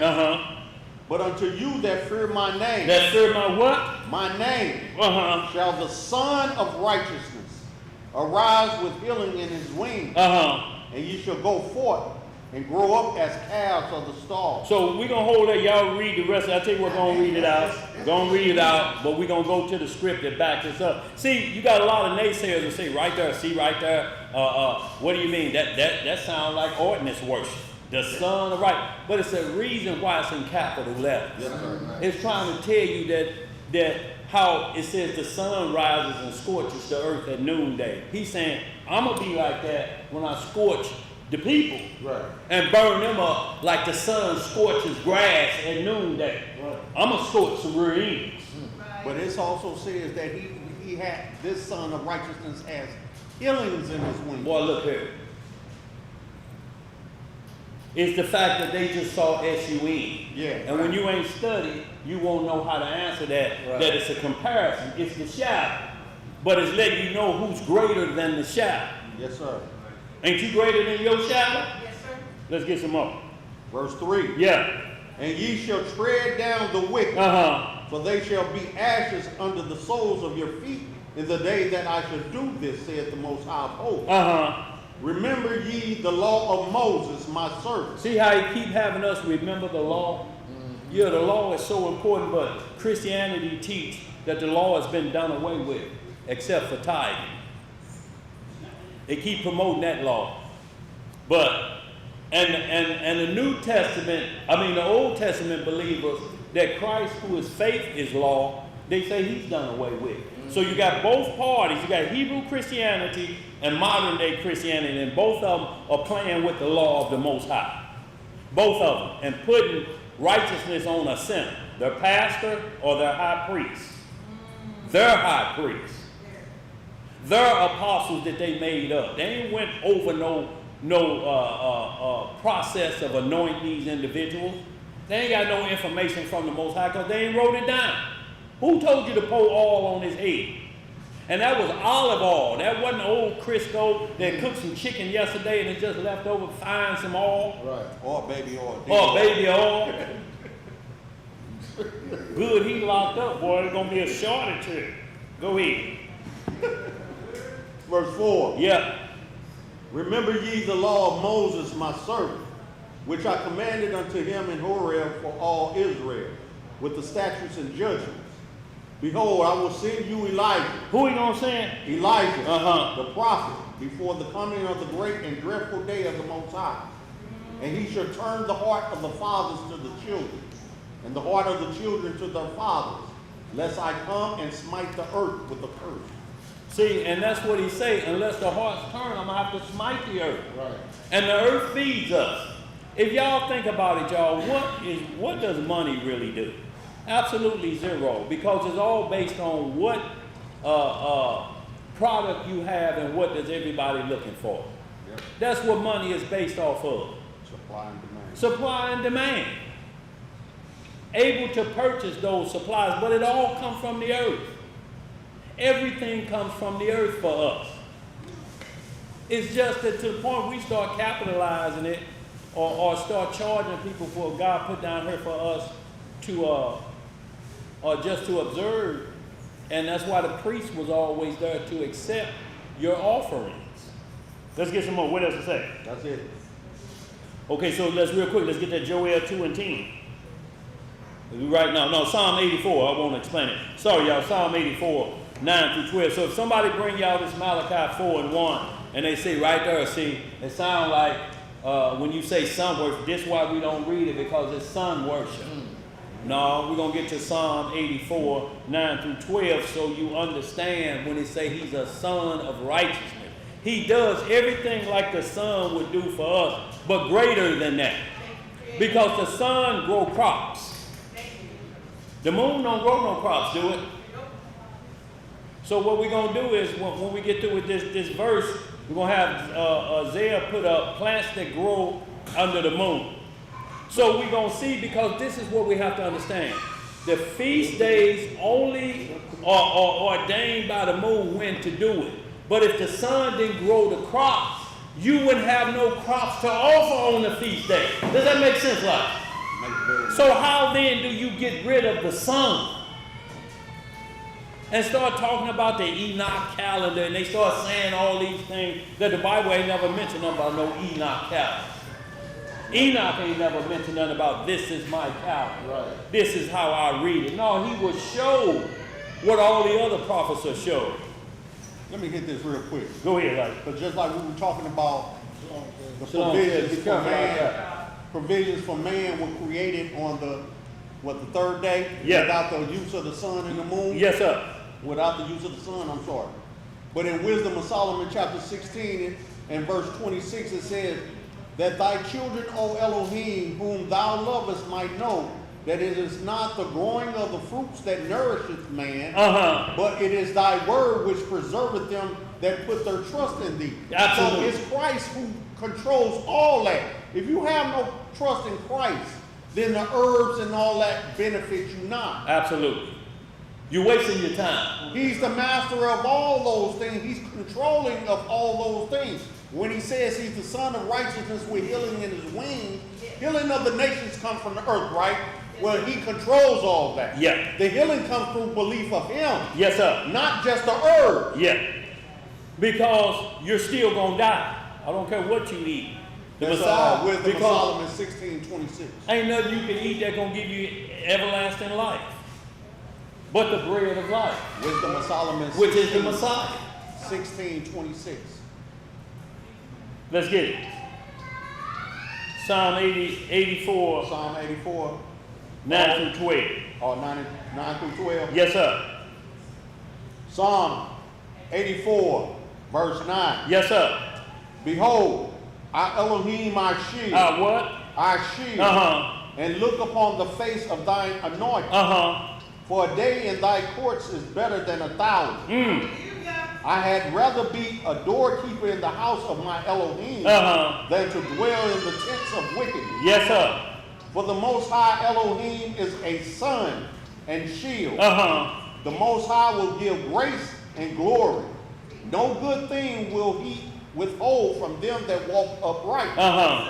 O Elohim of hosts, blessed is the man that trusteth in thee. You see how it says he is a sun and a shield, but in this particular case, the sun is lowercase because it wants you to understand who's controlling the sun. Yes, sir. He's a sun and shield.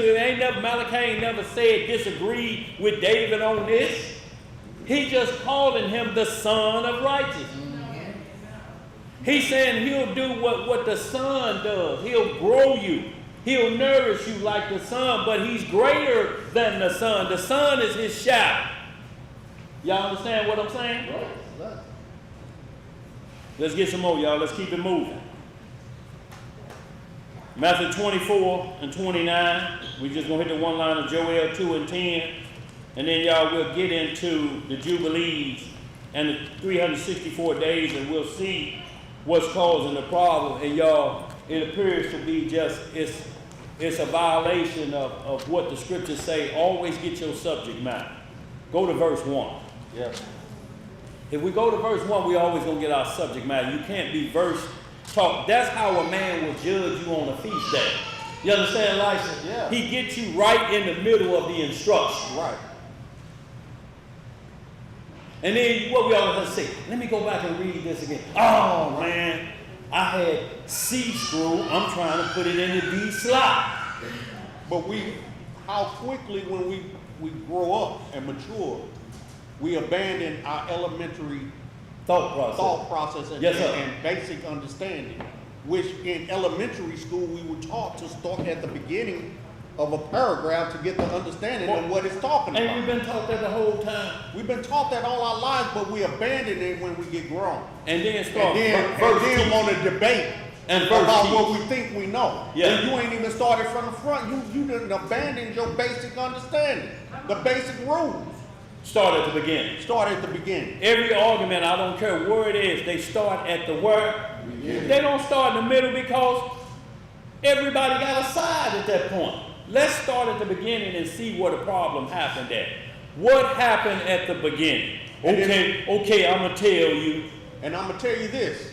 Any of you all that deal with anyone and you tell them to go to the beginning, I guarantee you what's going to happen is they're going to cut you off before you get to the end. So you won't finish reading. The ending of it is the understanding. Yeah. So they're going to cut you off before you even get there. Yeah. Just kindly tell them, slow it up, let me finish. Yeah. Let's finish this out. Let's read it out together because the ending is going to give you the understanding of what was said in the beginning. That ain't what my pastor said. See right there. Let's get it, y'all. Matthew 24 and 29. And y'all, we see once again, these scriptures are there not just for you to look at that and see it's a problem. What he's telling you is, I'm greater than what you depend on. If I get rid of what you depend on, you have no more life in you. If the sun is darkened right now, what's going to happen to the temperature out there? If the moon don't give its light, ain't nothing going to happen from that perspective because it don't heat the earth up. It's just illuminated to make sure he good, Imam. He good. Let him run loose. You got to get it out of him. Yeah. Go ahead. Let's get some more, y'all. We're going to the book of Matthew. Now you're doing too much. Now you're doing too much. Yeah. Now you're inquisitive. What you got in that cup? Yes, sir. He asked there, what cup you drinking from? He said, I'm going to check it. Yeah. Go ahead, y'all. The book of Matthew, chapter 24, and we're going to read verses 29 and 30. Yes, sir. And it reads, immediately after the tribulation of those days shall the sun be dark. What shall the sun be? It shall be dark. And the moon shall not give her light. So once again here we see the consistency of what's going to happen. Mm-hmm. If he knock out the sun, the moon is automatically gone. So what you going to do now? Right. Where your faith at now? You can't even count earthly now no more.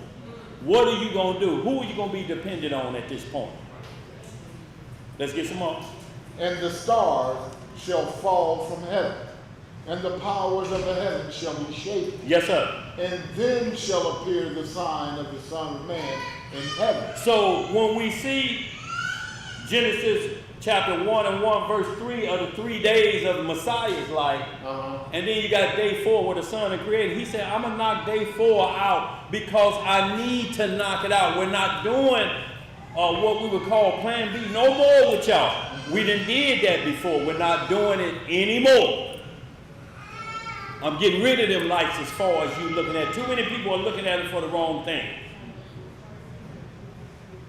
Too many people. So guess what? Evil looks to the sun. There's Satanists that grow apples and pears and corn that we buy from. Because he shined the sun on the good and the evil. But he said, now it's coming down crunch time to see if everybody's all in. I'm going to get rid of what you trust in that I made. I'm going to let you know who the author of the sun and the moon is. Right. See if Satan can help you out on this. Call your boy. Call your boy and see if he can help you out. Let's get some more.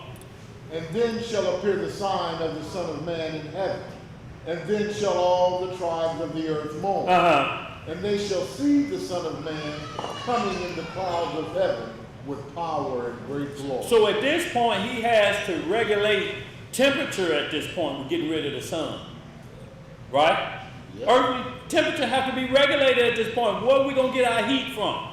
Or we will freeze to death. He's telling you it's going back to the way it was. And I'm going to show y'all how to live where you don't feel no cold or heat like Adam and Eve felt.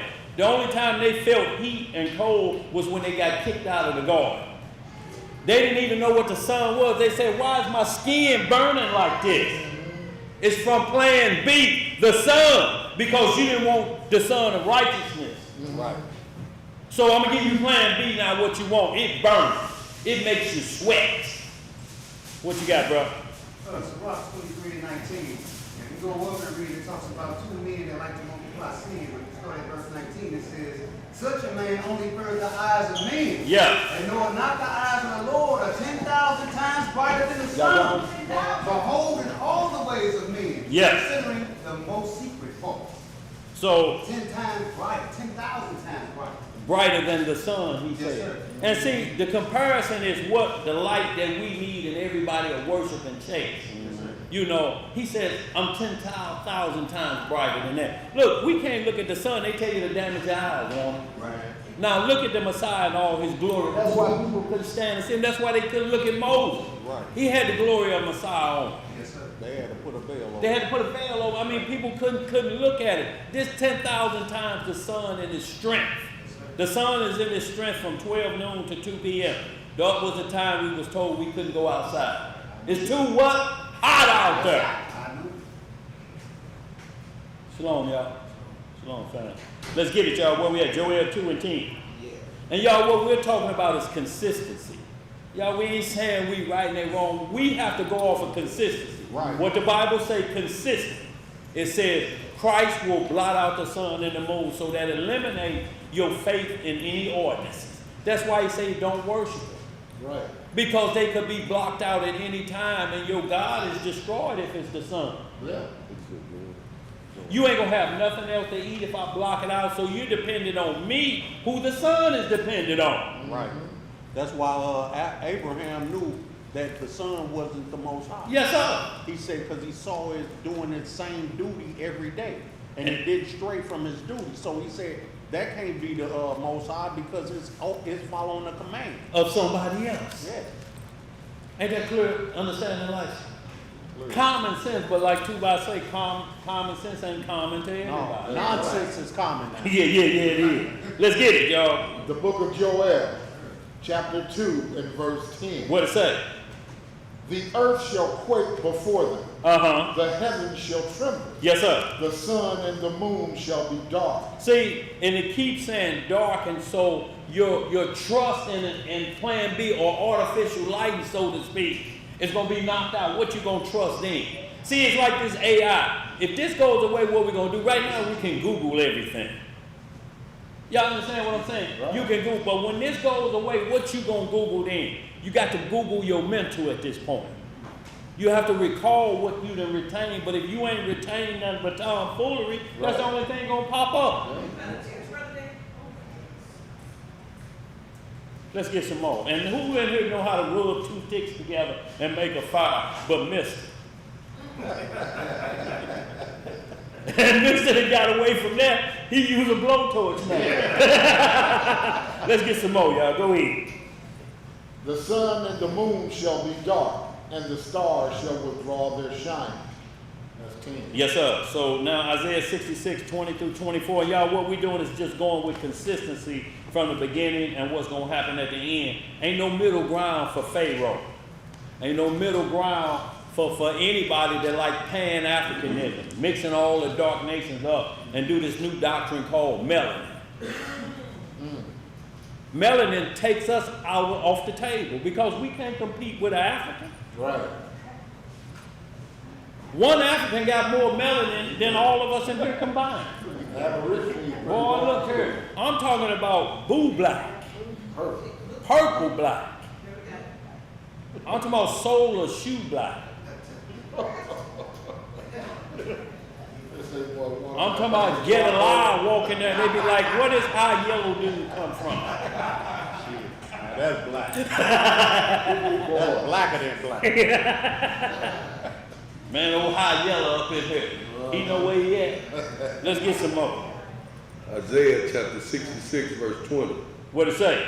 And they shall bring all your brethren from an offering unto the Lord out of all nations upon horses, and in chariots, and in letters, and upon mules, and upon swift beasts, to my holy mountain Jerusalem, says the Lord, as the children of Israel bring an offering in a clean vessel unto the house of the Lord. And while we keep running this, why gonna keep ending up in Jerusalem? Because now we got a new doctrine out here saying, well, Jerusalem ain't really Jerusalem. The West is the West. America is really Jerusalem. So we were thrown into captivity in our own land. It don't make sense. Y'all understand what I'm saying? But these are all the new doctrines that say gonna fly around at the last day philosophy. And the Mississippi River is really the Nile River. Well, let's get down there and find some chariot wheels. Let's get down there and find some armor of Pharaoh and his generals and soldiers. Let's see, did it split over? So if it split over, what we do? Walk to East St. Louis? I mean, what they do? I'm just trying to figure it out. See, it just leaves too many holes in it. Hold on, and then got chased back across the river in 1917. Boy, look here. Let's get some more. Verse 21. Yeah. And I will also take of them for priests and for Levites, says the Lord. For as the new heavens and the new earth, which I will make, shall remain before me, says the Lord, so shall your seed and your name remain. And it shall come to pass that from one new moon to another, and from one Sabbath to another, shall all flesh come to worship before me. See, no matter what you do, the Sabbath and the moon, you still got to come before me. I don't care what you do, because non-messianics will do the feast day and won't come before him. Right. He said, I'm going to break you down. You don't come before me. You're going to need, every knee going to do what? Yeah. We finished that? Verse 24. Yeah. And they shall go forth and look upon the carcass of men that have transgressed against me. For their worm shall not die, neither shall their fire be quenched, and they shall be an abhorring unto all flesh. Y'all see that? So, if we don't get this understanding, y'all, because y'all know Egyptology is sun worship. They worship the sun. That's where Sunday doctrine comes from Egyptology. They worship the sun because that's where the Catholic Pope got it from. That's where the Catholic got it from, ancient Egyptology. So it's called sun worship. So when he blocked that out, the two largest religions on earth going to be out of sync. Because that's who they depending on. So y'all, we're going to get right to it now. We're going to get to the heart of this. Isaiah, if you will, we know all the scriptures, and we can have you Google that. Plants that are grown from the sun. All the scriptures of the sun will tell you, all the scriptures we have about the sun will tell you to grow the crops. Look, you ever seen if you see like a hill or a mountain like this, so with the way it's shaped, you think the tree, I'm drawing a tree a lot. A tree should grow the way the mountain is. But it don't do that. The tree, if it's on the side of a mountain, reaches for the sun that's straight up.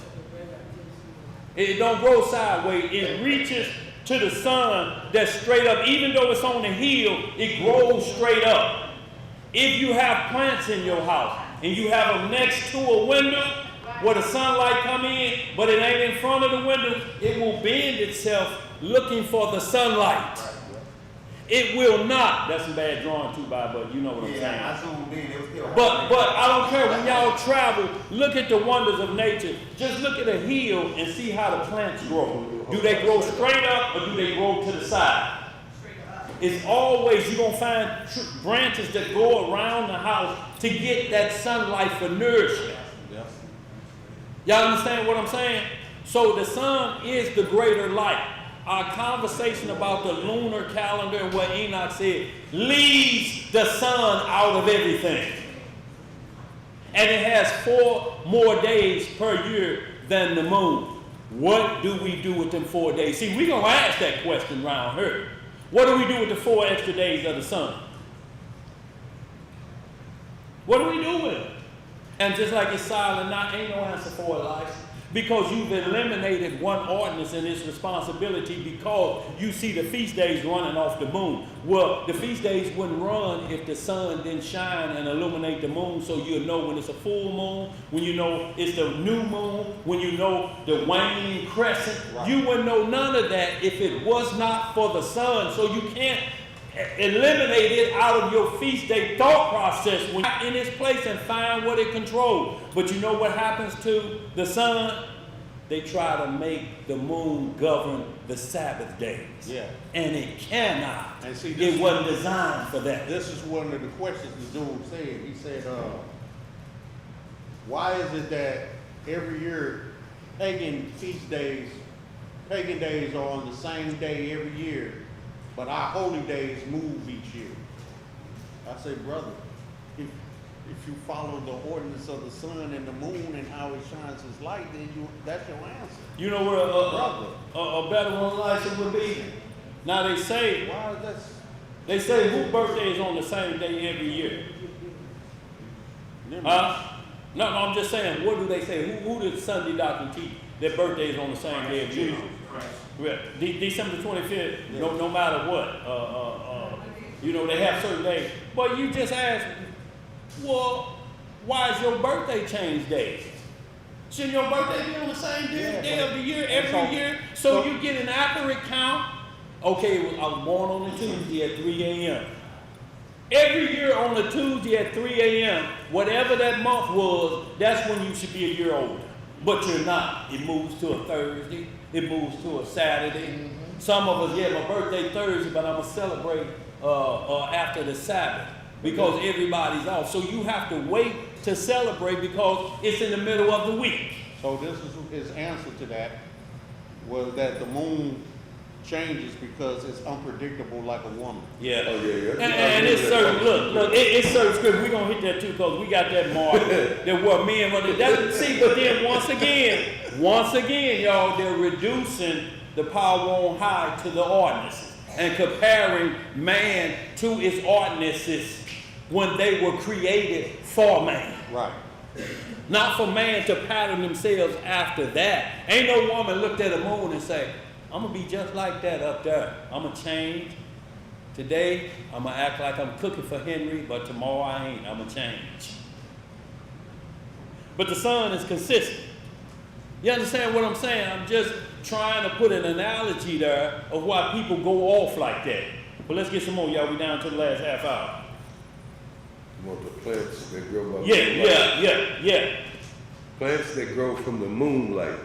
Plants for a moonlight garden are primarily those with white or pale flowers which reflect moonlight. What they reflect? Moonlight. So the moon ain't growing them. Any plants that you think grow at night are reflected by the moonlight. It's only certain plants. Go ahead.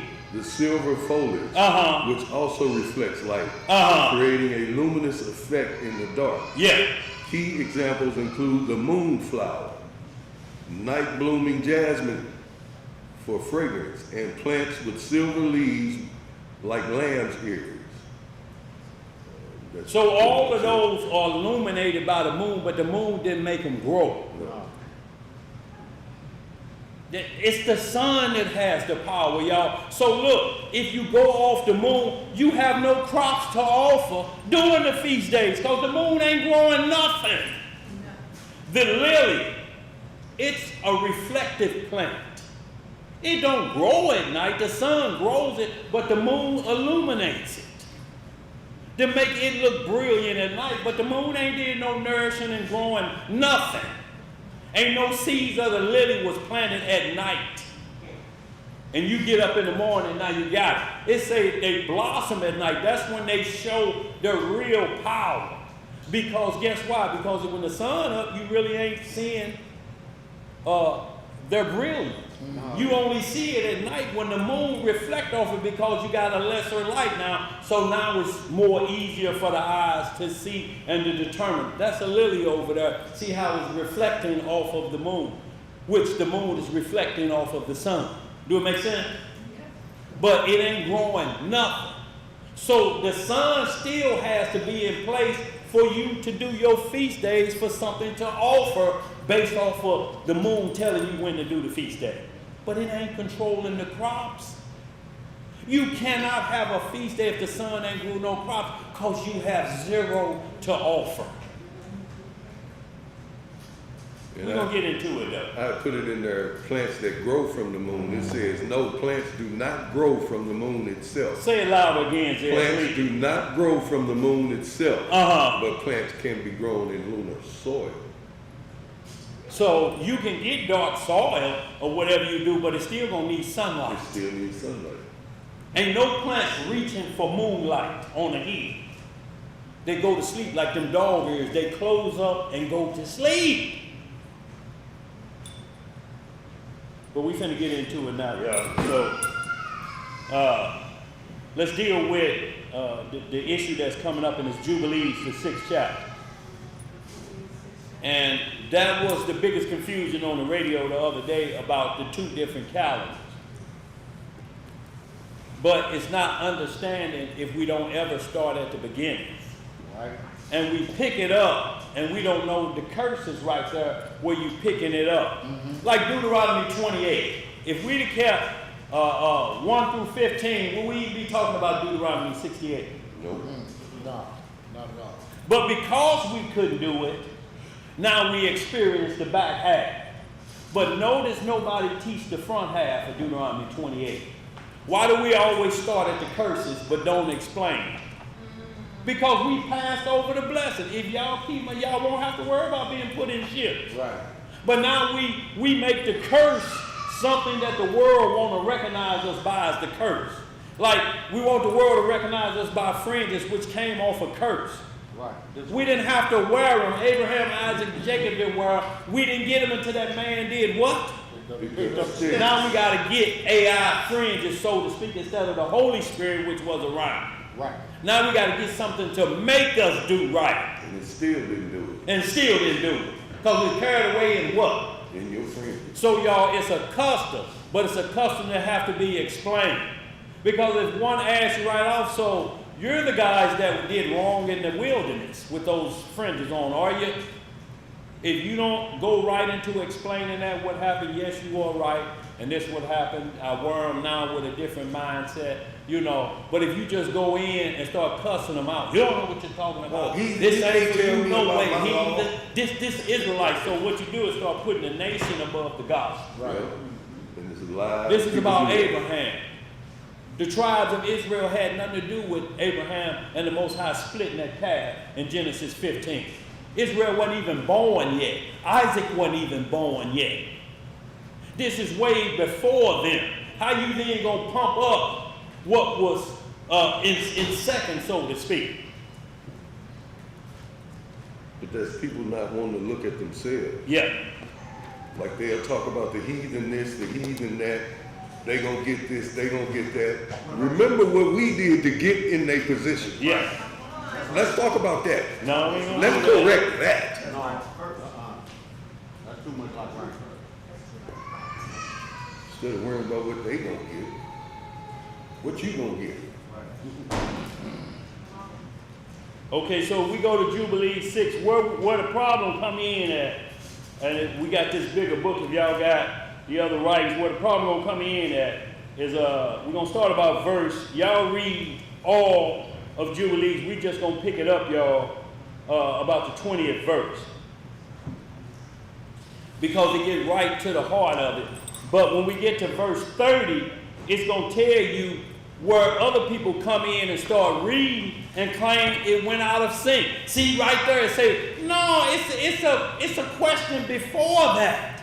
If you don't follow what I'm writing, you gonna go off. You can't start there with the going off part. That's the crime. How you gonna start there and say, see, that's why we can't trust them? It says if they don't. Right. What is if, y'all? Possibility. Let's get it, y'all. Who got it? I'll get it. You want to start at word 20? Verse 20. You start at 19 if you need to, whatever. I just want to make sure.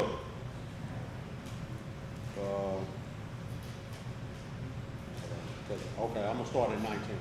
Yeah. See, and what this is about is picking up where Abraham did the Feast of Weeks. And Noah also did the Feast of Weeks coming off the ark. You read that in Genesis 8 and 9. It's called the Feast. What is the Feast of Weeks? Pentecost, right? Yeah. So they did that before Mount Sinai. So y'all understand what I'm saying now? Before Mount Sinai, before Leviticus 23, Abraham and Noah was doing the Feast of Weeks. Where you reading that at? See right there. And look, this is the main thing I want to explain too.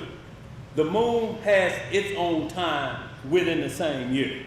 The sun has its time within the same year. They work different rules in the same year, but they must work together so the two become one. Y'all understand what I'm saying? So if you eliminate one, you eliminate the other. If you eliminate one, you just basically got single parent household, basically. So this is what it's trying to tell you. One without the other, you're going to lose out. You cannot argue about which calendar we use when we have to use both the sun and the moon if the calendars go away. You're basing your thought on what you can just look at and point to. See right there. But guess what else you're doing? You trusting that they did that correctly. And the reason I'm saying it because you always say my birthday coming up. You don't say on the lunar calendar. Who in here say my birthday is on the lunar calendar?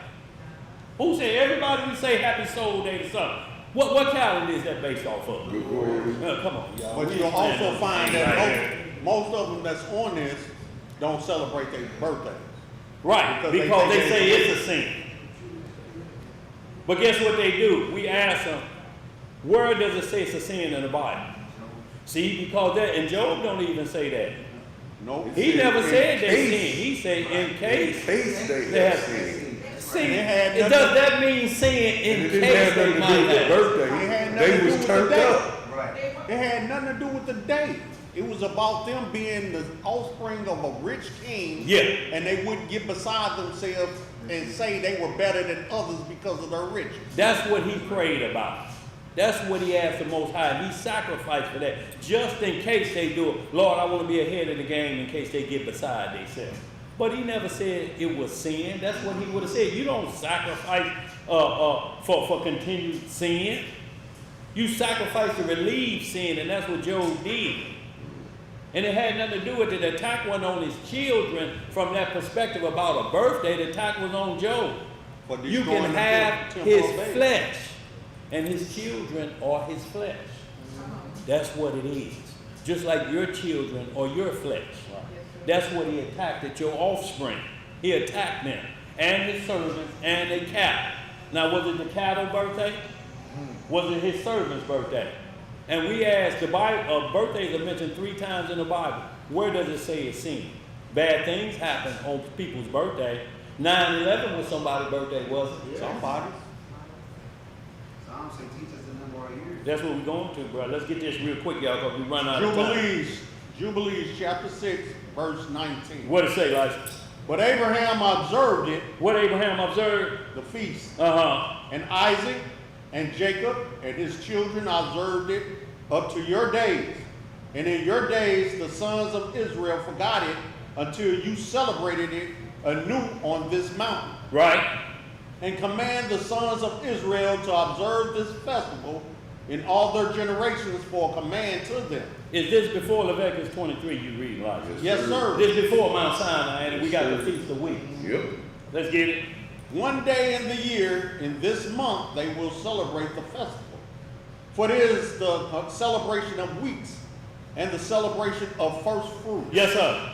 This feast is twofold and of a double nature. Just like we just had atonement was twofold. Yes, sir. Do it on the 10th day, but on the 9th day you got to do this. It's twofold, but we're going to read what they do. Go ahead, Elijah. According to what is written and engraved concerning it, celebrate it. For I have written in the scroll of the first law, in that which I have written for you, that you should celebrate it in its season, one day in the year. And I explain to you its sacrifices that the sons of Israel should remember and should celebrate it throughout their generations in this month, one day in every year. So the month don't change at all. No. Go ahead. And on the new moon, And on the what? new moon Uh-huh. of the first month, and on the new moon of the 4th month, and on the new moon of the 7th month, and on the new moon of the 4th month, are the days of remembrance, and the days of the seasons in the 4 divisions of the year. So basically what Elijah just said, he just named them months, is what we do most of our celebration at. First month, the 4th month, the 7th month, and the 10th month. It's like the 10th month we finna do tabernacle, we just did atonement. Right. So he's telling us right then, before Mount Sinai, that we already was doing feast day. Right. See, and what we just trying to get everybody to understand, if you stuck in Mount Sinai, you stuck. That was before they was in the land, wasn't it? Boy, that was even before Jerusalem. So even now you got the one saying you can't do the feast days in the land. Well, what land was Noah in when he did this? And we read in Genesis 8 and 9 chapter. What land was he in? What land is Abraham in here right now doing? And what land was it told the children of Israel to do? What was they at? We had to go to Egypt for a while. Abraham had to go to Canaan, but you think he wasn't doing these days and say he was doing it before all of that? Noah Let's was get in some more. Turkey. And Noah was in Turkey. Absolutely, Noah's Ark rested in the mountains of Ararat. Let's get some more. These are written and ordained as a testimony forever. Uh-huh. And Noah ordained them for himself. Who ordained Elijah? Noah. Uh-huh. Ordained them for feasts for himself as feasts for the generations forever, so that they have thereby become a memorial to him. And on the new moon of the first month, he was commanded to make for himself an ark. And on that day, the earth became dry. And he opened the ark and saw the earth. And on the new moon of the 4th month, the mouths of the depths of the abysses beneath were closed. And on the new moon of the 7th month, all the mouths of the abysses of the earth were opened, and the waters began to descend into them. And on the new moon of the 10th month, the tops of the mountains were seen, and Noah was glad. And on this account he ordained them for himself as feasts for a memorial forever. Yes, sir. And thus they are ordained. And they placed them on the heavenly tablets. Each had 13 weeks. Now this is where the brother got his confusion. Yeah. Okay. He says each had 13 weeks from one to another, their memorial, from the first to the second, and from the second to the third, and from the third to the fourth. And all the days of the command will be 52 weeks of days. How many, what did we talk about? How many weeks? 52 weeks of days. How many weeks in a year? 52. There ain't no way to get around it. But if you go off the lunar calendar, you can't get 52 weeks. Max, you're going to get 360 days. You're going to get 49 weeks or whatever you may get. See, if you go off the lunar cycle, you can't never do Pentecost. Pentecost says 7 complete Sabbaths after the Passover. If your Passover, if your Sabbath day changed because you're going off the new moon, you're going to end up with 36 days, and if you go over, you're going to end up with 54. Now you got a problem with doing your next feast day that was ordained. Yes, the sir. Feast of Weeks. Thank you. Let me finish this. Go ahead, Rice. And these will make the entire year complete. See, these will make the entire year complete, 364 days. But it's both the sun and the moon working together. And we're going to get deeper into it. Go ahead, Elijah. Thus it is engraved and ordained on the heavenly tablets.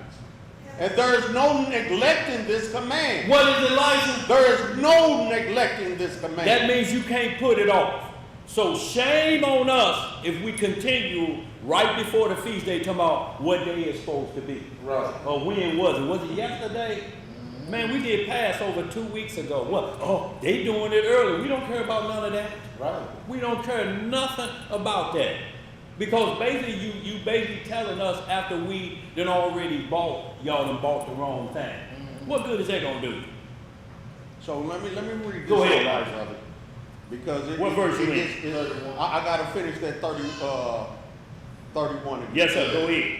Thus it is engraved and ordained on the heavenly tablets, and there is no neglecting this command for a single year or from year to year. And command the sons of Israel that they observe the years according to this reckoning.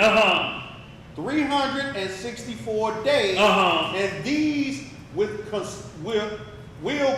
constitute a complete year. Yes, sir. Now, mind you, I told the guy there's no arguing that fact. There was no disputing of that fact whatsoever. Yeah. We understand that. Yeah. I agree with that. And they will not disturb its time from its days and from its feast. So this is what I'm telling the brother. Regardless of what you say, regardless of even if the heathen added 1 day to the 364, it's not going to disturb the feast or the appointment days of the Most High. If you follow the rules he just If you said. follow what he says, the new moon, these months are established. Yeah. It's not going to disturb it. I don't care what you add.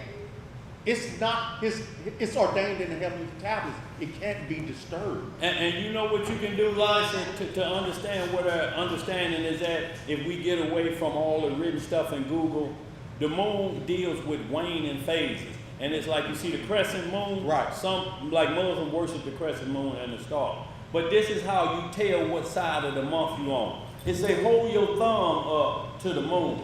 Your thumb is shaped this way like a crescent. It depends on what thumb you hold up shows on what side. If the crescent is this way, then you at the front half, or I may be saying it vice versa, Uriah, I know this pretty good. But it's telling you, if you look at the moon like this and you say, okay, with the thumbnail going this way, oh, we in the first 14 days of the month. If you hold this one up and the curve is this way, you say, okay, we on the second half of the month, so I'm at least the 15th day or better. That's what keeps you in line if we lose all of this. Right. That's what it's there for. To make sure you know when the moon decreases, the sun don't never come up partially. No.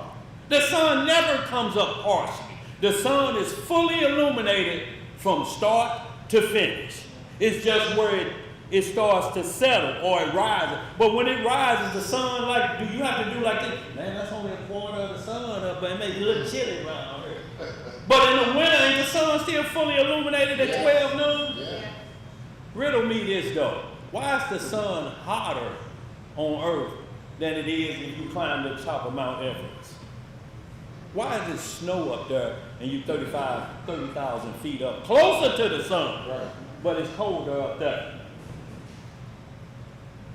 Let's get some more. So, let me finish this out. Go ahead. Constitute a complete year. Yeah. And they will not disturb its time from its days and from its feasts. Yeah. For everything will fall out in them according to their testimony. And they will not leave out any day nor disturb any feast. Now, verse 33 is where they pick it up from. They just missed all of that, but they start at verse 33, and then they start reading from there. What verse 33 say, Elijah? But if they neglect, But if they do what, Elijah? neglect Uh-huh. and do not observe them according to his command, then they will disturb all their seasons. See, now it comes. Now you understand. That's what I was You can't start there. That's what I was trying to get the brother down to read, but he wanted to cut me before we got there. And that's why I say, those that don't believe, they're going to try to cut you before you get to where it explains itself. Because at that's what I was trying to get him to read. Yeah. If you neglect what he said prior to this, Yeah. then yes, you're going to be off. Yeah. If you're not going according to the new moon at the beginning of your month and counting accordingly, yes, you're going to be off. Yeah. Because it's only for feast day. It has nothing to do with the weekly Sabbath. Nothing to do with the Sabbath. The sun controls the Sabbath so that you can keep your feast days intact. The world knows this. That's why on regular calendars they have the week start with Sunday, first day of the week, right? And it ends on Saturday, right? But in between you'll see them little moon symbols. Yes, sir. But first day through the seventh day never changed that the sun ordained. It ordains that. But the moon cut short. You see it cutting off. It's not getting its full light. You can't, the sun, if it did that, you could never know the Sabbath day. It's always going to be moved around on you. You'll never be able to keep up. That's why some people just say, that's why I don't even do the Sabbath no more. It ain't got nothing to do with your misunderstanding. You want to quit. Right. That's all it is want to quit. See, technically there's something in the back of your mind. You missed Christmas. What? You missed them days, really. Because everybody having fun. Ain't no fun with you Negroes. You know, talking about a new moon or a feast day. Ain't no fun. Y'all ain't having no fun. Y'all ain't opening no gifts. We gift to the Most High. We ain't supposed to open no gift. Right. We gifting to Him. You ain't getting no gift. You giving a gift. Come on. Always looking for something. Hand always shaped like a cup. Put something in it. Gimme. Go ahead, like read that a little bit more.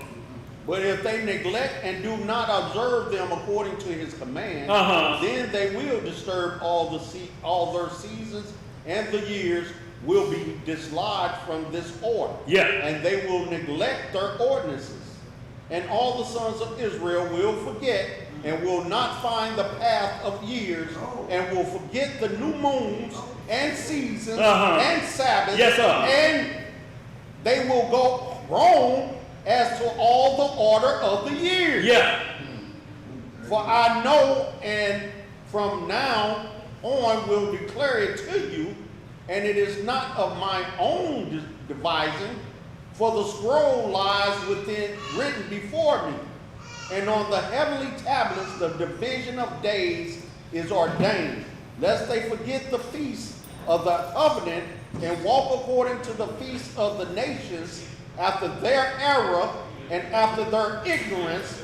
For there will be those who will assuredly make observations of the moon, how it disturbs the seasons and comes in from year to year 10 days too soon. Oh. Are you reading that? No, I ain't reading that. Read that again, Elijah.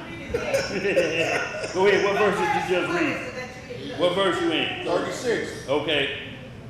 I'm going to hit it again. No, I'm No, back go up down. I'm to with you. 35. Yeah. No, I'm going to start 35 again. Yeah. For I know, and from now on will declare it to you, and it is not of my own devising. Yes, sir. For the scroll lies written before me, and on the heavenly tablets the division of days is ordained, lest they forget the feast of the covenant and walk according to the feast of the nations after their error and after their ignorance. For there will be those who will assuredly make observations of the moon, how it disturbs the seasons and comes in from year to year 10 days too soon. So they're going to start going off of that and won't be able to explain 364 because at max you're going to only end up at 360. Exactly. And that's your unpredictable woman? Yeah. She don't know how old she is one day, don't know if she's Coming around too soon. Either she late or she too soon. Lost 10 Yes, days. sir. Go ahead, bro. For this reason the years will come on them. If she lose them days, she's pregnant. Go ahead, like, go ahead. For this reason the years will come on them when they will disturb the order and make an abominable day the day of testimony, and an unclean day a feast day. And they will confound all the days, the holy with the unclean, and the unclean day with the holy. For they will go wrong as to the months and Sabbaths and feasts and jubilees. For this reason I command and testify to you, that you may testify to them. For after your death, your children will disturb them, so that they will not make the year 364 days only. And for this reason they will go wrong as to the new moons and seasons and Sabbaths and festivals, and they will eat all kinds of blood with all kinds of flesh. And y'all want a perfect example of that? Is that Israelite group that have hams on the table, that one boy, and say, we ain't got to do that no more. We ain't got to follow the ordinances, but they're putting pork back on the table. See, and then when you ask about Isaiah 66, how you having a feast day, you got hams big as a football on the table, and it's this one brother, he'll eat it in front of you too. Y'all want some of this, don't you? Show them that ham over there too. And they're mixing feast days together. You understand, like the Gentiles, so they make them eat blood because they're eating unclean meat at that point. And they're lumping them all together, trying to be like the nations. And don't understand the nations are copying off of us. They have harvest feasts too.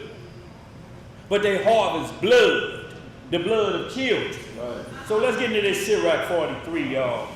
Y'all see that? And so we're going to get to also Enoch 72 that say 364 days. Going by the moon only, it's impossible to get 364 days. So why do you keep saying the lunar calendar when we're talking about the ordinances? You got to know what they control. The moon has no power over the Sabbath day. None. It only controls when you do the feast. But you got to have a set day so your Sabbath don't move around on it. You know why? Because within the moon cycle say it shall be as a Sabbath day. So it's talking about how the sun controls things. Remember how you do a Sabbath day? We're going to add it to this moon celebration. You got to do it just like you do the 7 ordained to do 52 weeks in a year. The moon will not do 52 weeks in a year. It's impossible. Am I speaking some good French, bro? Yes, sir. Go ahead. Let's get it, y'all. We're going to 43 Sirach. Yes, sir.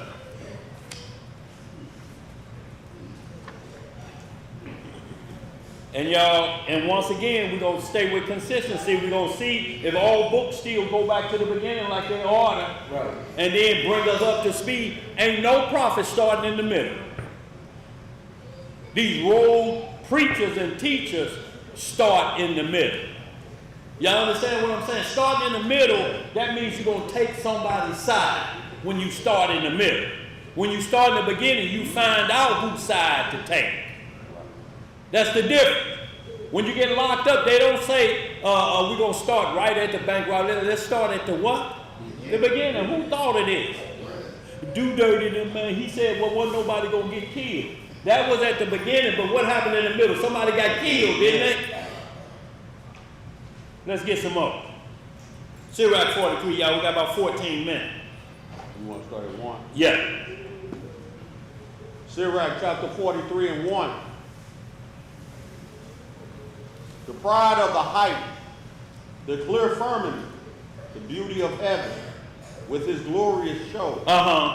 The sun when it appeareth, declaring at his rising a marvelous instrument, the work of the Most High. What is it the work of? The Most High. At noon it parcheth the country, and who can abide the burning heat thereof? And that's at just noontime. It still got 6 hours to go. Yes, sir. Go ahead. A man blowing a furnace in his works of heat, but the sun burneth the mountains 3 times more, breathing out fiery vapors, and sending forth bright beams.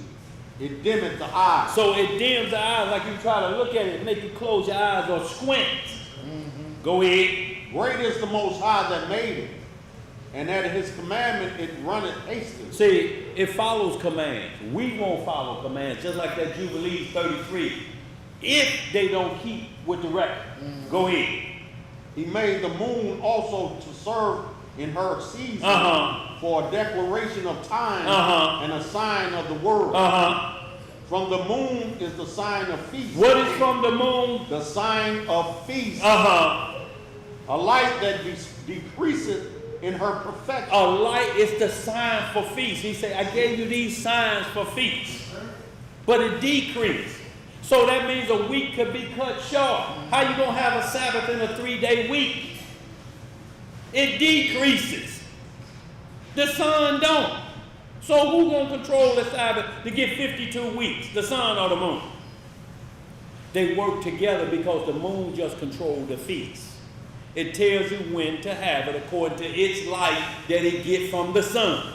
The sun going to give it a certain amount of light this day so you know when to do the feast day. Let's get some more. What does it say, Elijah? Verse 7, read again. Okay. From the moon is the sign of feast, a light that decreaseth in her perfection. The month is called after her name, increasing wonderfully in her changing, being an instrument of the armies above, shining in the firmament of heaven. The beauty of heaven, the glory of the stars, an ornament giving light in the highest places of the Most High. At the commandment of the Holy One, they will stand in their order and never faint in their watch. So they have an order. The sun have an order to go up and down, fully illuminated every day for 364 days. The moon decreased. You got a problem with a Sabbath right off. That's why Leviticus 23 start off a man should work 6 days and then he should he should rest on the Sabbath, right? That didn't start in Mount Sinai. Where did that start? At the beginning, didn't it? So it leads the way of the feast days. Now, the next verse gets into the moon. Y'all understand what I'm saying? So that's why then Rebecca say, now, these are the feasts of the Lord. In the first month, you going that way. Now, the problem what everybody is trying to understand is the first day of spring, technically, when the sun dictates a new moon, because you got a civil new year and you got the new year of feast. Because that's what the day is called. Day of Atonement is called Yom Kippur. It's basically saying the new year beginning for you because you're cleansing yourself of sin and stronghold. That's a new year. That's like, but they just do the New Year's celebration. New Year's resolution. It's supposed to be for all year, right? Right. They do it in January. Right. Well, it says our Day of Atonement is our New Year. Because if you look in the beginning of But the Jubilee 6, Yeah. the first day, the new moon of the first day was when Noah exited out of the ark. Yes, so sir. this was his coming Yeah. into salvation. Yes, sir. The new day into salvation, resurrection. Yeah. From the day, the Yeah. old world. Yeah. So the new moon denotes, and that first day that he came out of the ark, denotes salvation. And he didn't come Him out coming at into nighttime. salvation. And he didn't come out at nighttime, Locke. No. He didn't come out at night. He got prepared and did the feast days, y'all, but this is what we're trying to explain the situation. If it ain't for the sun, you can't do a feast day. You cannot get rid of the sun. You can't get rid of the moon and then still just try to do the 6 because you can't do your feast days at this point. How do you then do the 15th day of the month based off the moon if you get rid of the lunar calendar? You have to have both of them. It's like, it symbolizes like man and woman, and these two become what? One. That's what the sun and the moon do. They become one, so you learn how to do. The moon has its work, and the sun has its work. Like the man of the house has his work, and the woman has her work. But which is the greater light in the household? The man. Because all authority fall on him as the head of the household. The man is the head of who? The sun is the head of the moon. The moon can't work without the sun. You get rid of the sun, you ain't got nothing but cold. We finished that, Lice? Yeah. Okay, let's back it up, y'all. Let's go to this Enoch 72. And then, y'all, we're gonna see where the sun stood still. The only time it's ever recorded that the sun broke ranks. We're gonna get into that once we hit this 72, y'all. We're close on that. We're gonna get into what Joshua asked the Lord to hold the sun till we can continue our battle. Other than that, the sun, but who he had to ask to do that though, Lord? The Most High. The sun was gonna do it at his command. We had to ask Elohim. Because we'll stop the sun from doing everything. Especially when you're doing wrong, you'll stop the sun from coming up. Please, Lord, don't let it come up before I can get home. Please, Lord, I'm already driving 120. Please stop the sun, and then it won't be like I stayed out all night. Do it stop? No, it don't stop lights. It don't stop lights. Actually, it starts coming up faster. Yeah, because of your disobedience. Yes, sir. And then if it's still dark in the house with the curtain closed, this is what you see. You like, ain't no lights on good. So you see that light of that cigarette like, where you been? I'm going to tell you, okay? Yeah, I'll tell you, okay. Yes, sir. Go ahead, brother. We're at Enoch 72nd chapter. 72. What verse? Let's get right. We won't almost close to the end. The whole chapter is good, but it's so many verses. You know, we need to get right up closer to the end of it. You'll see, and what we're looking for is the 364 because it's in there as well. Let me see. You say chapter 72. Yeah. So this may be a little bit different. We may have to choose out which one you got. Let me make sure that we read the same because this one stops at. Hold on. That's second Enoch. Let me get the first. Hold on a second. Exactly 12 part, Yeah. 6 part. Yeah, that's what we're talking about. Like 72. It's 72, but Yeah. Yeah, the courses of the luminaries. yeah, I'm going. And what I'm looking for, if we scroll down, I'm looking for the on that parts. day, the night is shortened. Yeah, I'm looking for Look the luminary days. 364 days. 32. 32. Look at verse 32. 32, sunrise post in the west, Yeah, and it's gotta the be. parts equal. They exactly. That's what I'm looking for too, but there it is. There it is. Yeah, there it is. Yes, sir. So y'all, once again, all the prophets agree. See, but if we start at verse 1, what you're going to do is you're going to see the sun controlling the portal. And then it gets into the moon and how it gets its light from the sun. It tells you about the 14 days before the full moon and the 14 days after the moon. Then we got the confusion. You know, we got to make sure that we don't get one hemisphere understanding. Jerusalem is 8 hours ahead of us. We can't do the feast day when they do it. If it say do it at sundown, they 8 hours ahead of us. That means 8 hours. If they do it at sundown, just say 6 p.m. That means we'll be doing the same feast day at 10 a.m. Because we're in the Western Hemisphere. It's not like that. It's wherever you at. When that time hits, that's when you do it. But know this one thing. There's nowhere on planet Earth that the sun rises and it'll rise again before anywhere on Earth gets that part of the day. It just ain't so. It's like people think, well, Alaska has 24 hours a day and 24 nights. Ain't no such thing in Alaska. You can't get 24 hours of sunlight because then you don't have a breaking day, so to speak. It'll always be 23 hours, 22 hours, and it's never sunlight. You're in what's called twilight till the sun rises again. You can play baseball at 3 o'clock in the morning, just like we can play ball when the street lights on, but we know we're on short time. Right. But there's a change in the day. Right. If the sun stayed up 24 hours, they into 1 day permanent. Right. The day has to change. That's just people talk and say the sun is up all day and all night. It's not. All you're seeing is it never sets. Right. As soon as it hit, it comes right back up during different seasons. But it don't stop for Alaska 364 days. No, I'm good, Imam. Yeah. What is that? Yeah. Oh, that's soup? Yeah, that's that soup. Oh, well, let me get a little bit of that. Yeah, okay. No, I'm good, Mama. Yeah, I thought there was some had some beans in it. Yeah, I ain't want to. I'm gonna get you sucker toe this weekend. Miriam just go out. She goes sit here and tell you ain't eating beans, are you? Yeah. So y'all, let's pick this up. Where you said 32. Okay, and let's start about verse 28. Oh, I'll tell you what, verse 27. Yeah, Enoch chapter 72, verse 27. What it say? And with that, the sun has completed his stations, and he again returns to his station and enters in this portal 30 mornings. He rises and sets opposite in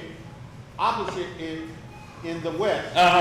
And on that day, the night diminishes in length by 1 part, and is 11 parts, and the day 7 parts.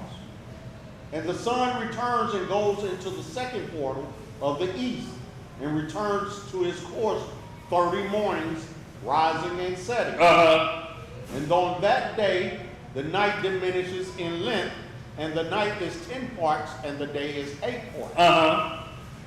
And on that day, the sun comes forth from the second portal, and descends in the west, and returns to the east, and rises in the third portal 31 mornings. So now we at 31 mornings because we have some months that are 30 days. Yep. Like we just had September with 30 days, right? Yep.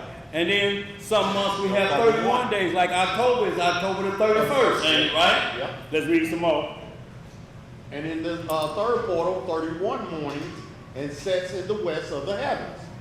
And on that day, the night is short, and is 9 parts, and the day is 9 parts, and the night is equal with the day, and the year has exactly 364 days. See, it ain't no way to get around that. We got multiple witnesses saying that, but what we're saying is the moon decreases. Right. It loses 10 days. You cannot have 364 days. It's virtually impossible. We keep seeing how they work together. Right. The sun goes through this portal, then it allows the moon to do its thing. Right. If the sun didn't move through its portal, the moon can't do its thing. Right. It can't govern the feast day. So the sun is complete. It's going to do 52 weeks. It's going to do 52 weeks. There ain't no way around it. Go ahead. Did you finish that, Elijah? Did you want to go further than that?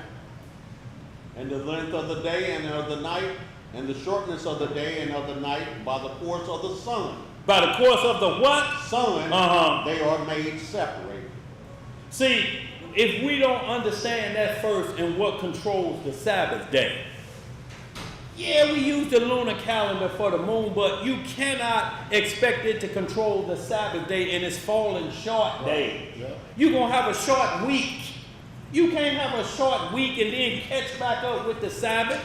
That's why this main day, the Feast of Weeks, Pentecost, you can't do it with just a lunar calendar. you're going to end up with 36 days or you're going to go over with 54. Ask yourself for all the lunar calendar keepers who kept the feast of Passover off the lunar calendar. Have them count 7 Sabbaths complete and a day. You know why they can't do it? Because the Sabbath is going to change the next week anyway for them.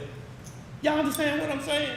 It's going to change regardless. So when you get to this count, now you got to start over. It's like counting marbles and somebody come in the room and interrupt you. Right. What you got to do? Start over. And you up to 967. Now who is that at the door?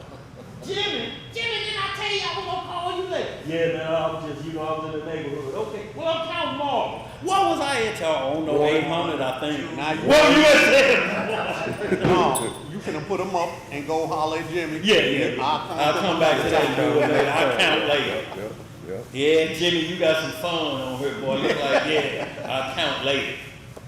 Go ahead, Elijah, finish that out. Just finish that out. Where did I stop at 30? Yeah. Now, look, for the moon to be illuminated, the sun and the moon are the same exact size. Yeah. But the difference between Earth and the moon is the same distance between the moon and the sun. You understand what I'm saying? They work in that order. The moon, from Earth to the moon, is the same distance from the moon to the sun. They're the same distance. Yeah. And the sun and the moon are the same size. That's why the sun don't overpower the moon and the light blow off of it. Right. And it light up the night like the sun. It's not meant to do that. It's just a light so you can walk at night. Just think about if we didn't have no street lights. See, Elijah, we talking about technology and we missing the point that where we used to have to travel by moonlight. Yes.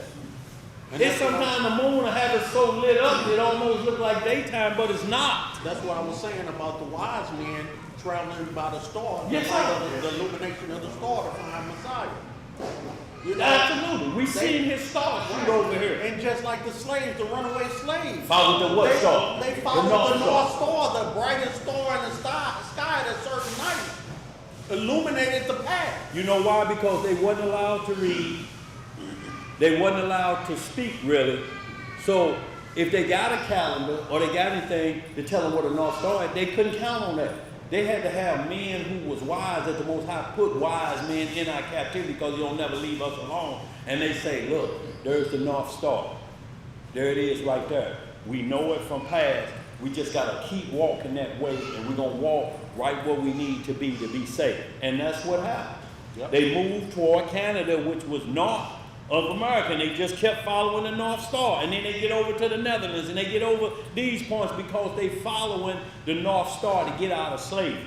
So is that star worship or stargazing? No, we're not worshiping that. We're just getting direction. But it's just like He said, I set them in the heavens for signs And seasons. And wonders and things of this nature to help guide you when you had no path. That's why we can't be dismayed at them. Because if the sun is darkened, now we panic. But we know if the sun is darkened, then that means the Messiah is on his way. Yes, sir. The Messiah is on his way if we see the sun. That's why we can't be dismayed. Standing up there looking dumbfounded, we got to get busy. We got to get on kneecaps and start begging for mercy. It's that time, y'all. We right here. We born in that time. But also look at it like this. In creation, light was created out of darkness.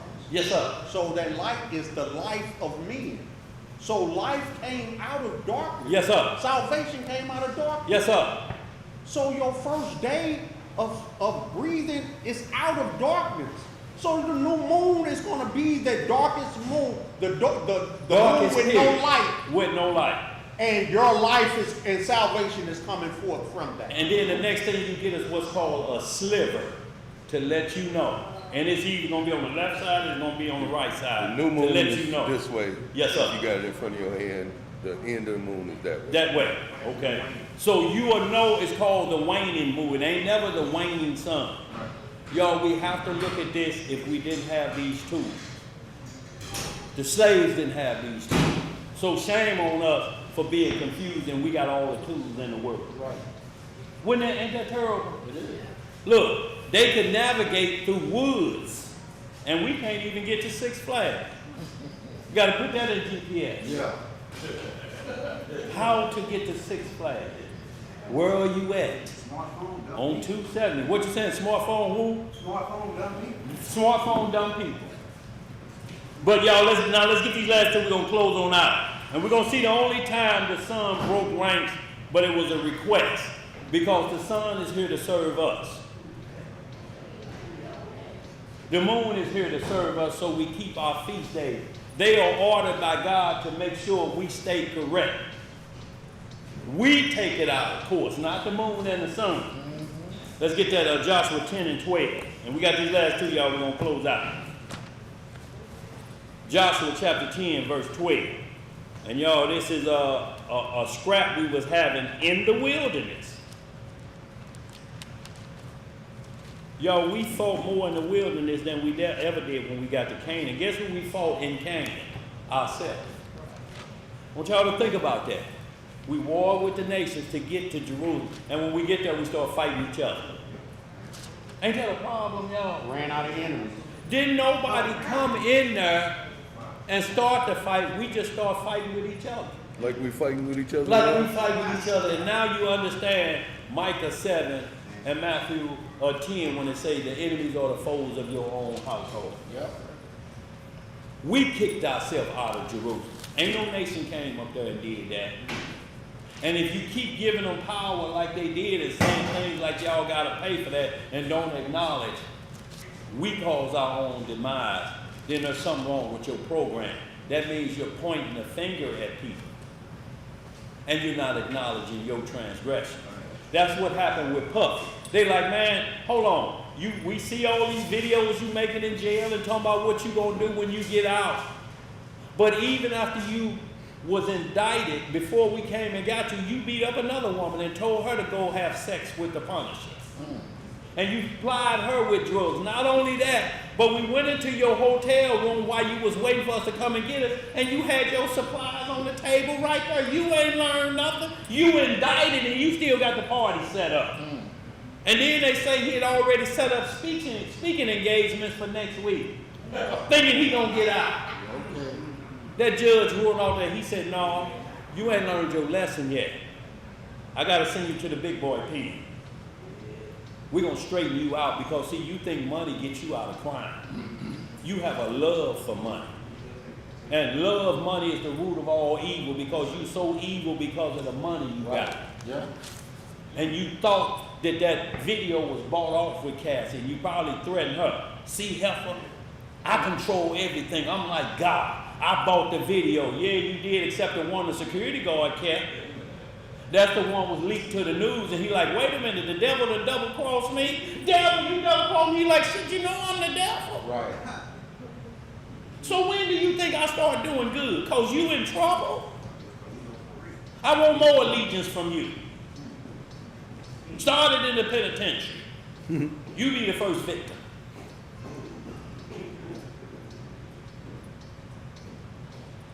Let's get it. Joshua 10. You can back it up whatever you need to. Who got it? Joshua chapter.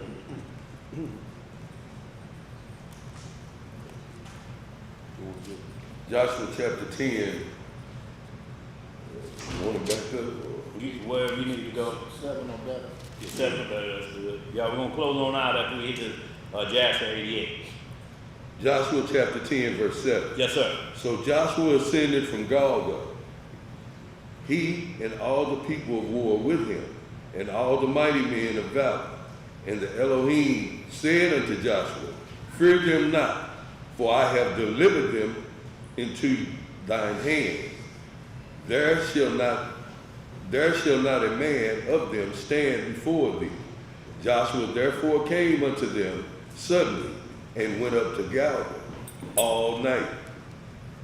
And the Lord discomfited them before Israel, and slew them with a great slaughter at Gideon, and chased them along the way that goeth up to Beth-horon, and smote them to Ascah and unto Makkedah. And it came to pass, as they fled from before Israel, and were in the going down of Beth-horon, that the Lord cast down great stones from heaven upon them unto Ascah and they died. They were more which died with hailstones than they whom the children of Israel slew with swords. You see how the Most High keeps saying, I don't need y'all? I'll throw hot ice from heaven. Right. And do more work than y'all can ever think about. Y'all figure icy hot, that's the true icy hot. A hailstone hit you on the top of your head and it's on fire. Right. Woo! Go ahead. Then spake Joshua to the Lord in the day when the Lord delivered up the Amorites before the children of Israel. And he said in the sight of Israel, Son, stand thou still upon Gibeon, and thou moon in the valley of Ajalon. And the sun stood still, and the moon stayed, until the people had avenged themselves upon their enemies. Is not this written in the book of Jasher? Where it says it's written at? The book of Jasher. So the sun stood still in the midst of heaven, and hasted not to go down about the whole day. So now that's why they always say we had 365 days. You know, if y'all understanding, because the sun stood still for a whole day, knocked the day off. But that could be just old wise men tales or whatever. But we know the sun stood still this one day for a whole day. It stopped at noontime for a whole day.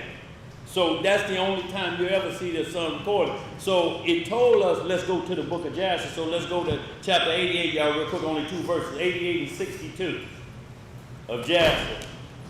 And then I just want to, I'm going to give the homework or these 2 scriptures that will make people think, or what they use to say the moon is like a woman based off of Joseph's dream. It ain't never said that. It was a dream. The brothers understood it as a dream, you know, and what it was representing.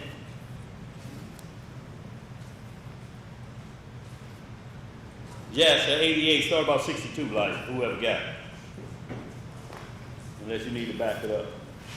But you see, yeah, start at 61, because it talks about them hailstones again. Can y'all imagine that something called a hailstone? Look, we be running from quarter-size hail, like, but can you imagine basketball-size hail on fire hitting you on the top of your head and your shoulder right here where your neck meet?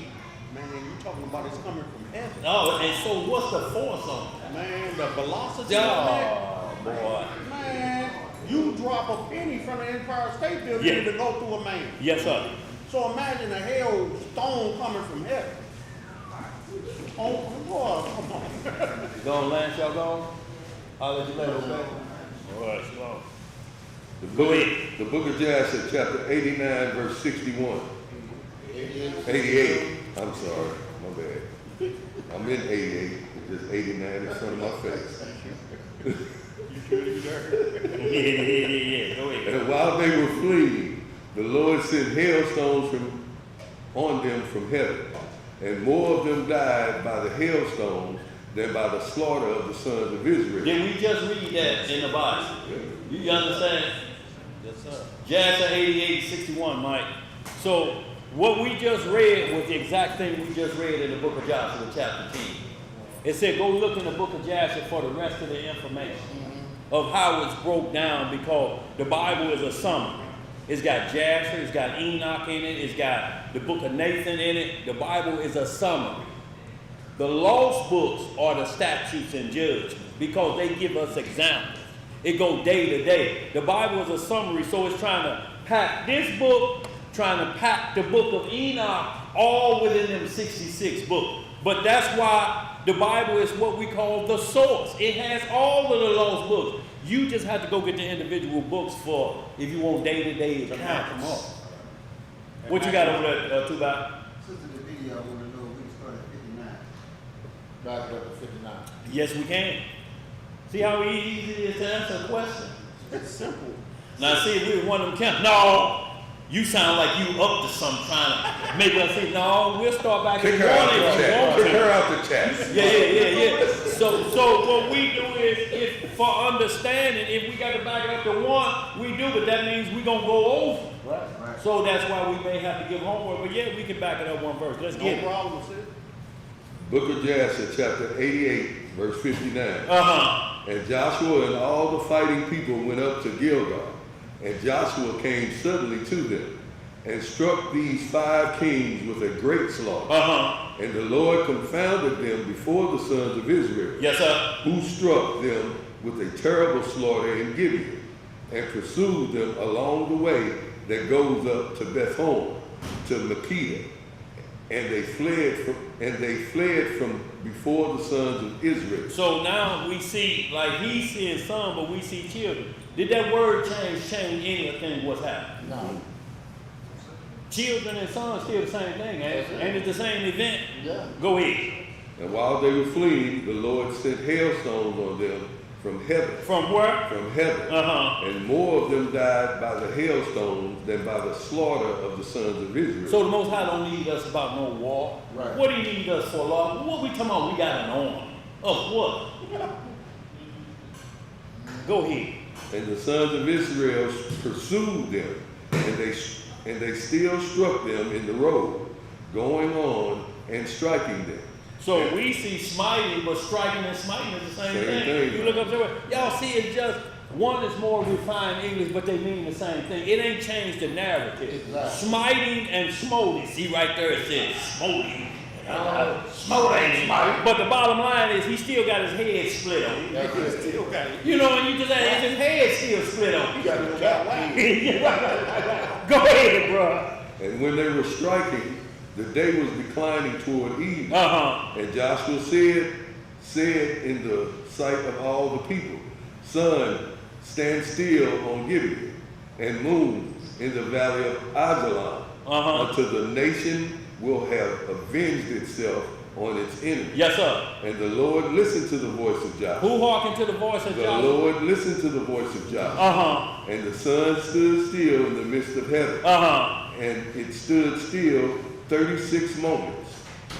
And the moon also stood still and did not hasten to go down for a whole day. Uh-huh. And there was no day like that before it or after it, that the Lord listened to the voice of a man, for the Lord fought for Israel. So you understand Joshua had to be a special person, like we're speaking of an apostle, that the Lord listened to him. I'm going to do this for you, but it's going to be under my control. Yeah. I'm going to use my weapon, so they still won't be able to point and say Joshua, the chief warrior. Yeah. No, or that he commanded the son commanded the ordinances. No, no, the ordinance, the Most High told the ordinance, hold your spot. Just hold your spot. Don't move till they get to battle, because the sun was going down. Hard to fight at night. Right. Wasn't no infrared around. So y'all, this last one, just wanted to show you why people say lies, and it's kind of where they get this foolishness from, that the moon is like a woman. And man, give me a Genesis, y'all. These just real quick one-liners. We're gonna close out. Give me a, let's see where we at. Give me a Genesis. Is it 37 and 9? And then we'll go to Isaiah 51 and 9. Just those two, y'all. And so we can see once again where people go off at going through their own interpretation and saying that's what it means. It's one thing if you say it's in likeness to that, you know, it's even like when Nebuchadnezzar in Daniel, the 4th chapter, was reduced to beasts like staffs. Oh, that's wonderful, y'all. Ain't that wonderful, y'all?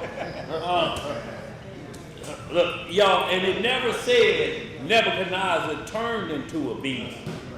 He just had beast-like qualities to come on him for not taking a bath, for living outside, and for disobedience. It said he ate grass like an ox. He wasn't an ox. Right. He grew claws like an eagle, but he was not an eagle. Right. It's just like if somebody see your feet and they toe up. I'm talking about look like eczema marks all over your feet, that it almost kind of give it a gator look. You like, man, where you get them brown gators from? He like, man, come on, dog, you know I'm barefooted. We on the beach. Well, man, they sure look like some gators, but they your feet, they ain't gators. Them some jacked up feet. You might have to fight that, man. Let's get this, y'all, so we can close out. Genesis 37 and 9. Genesis chapter 37, verse 9. Yes, sir. And he dreamed yet another dream, And it's talking about Joseph.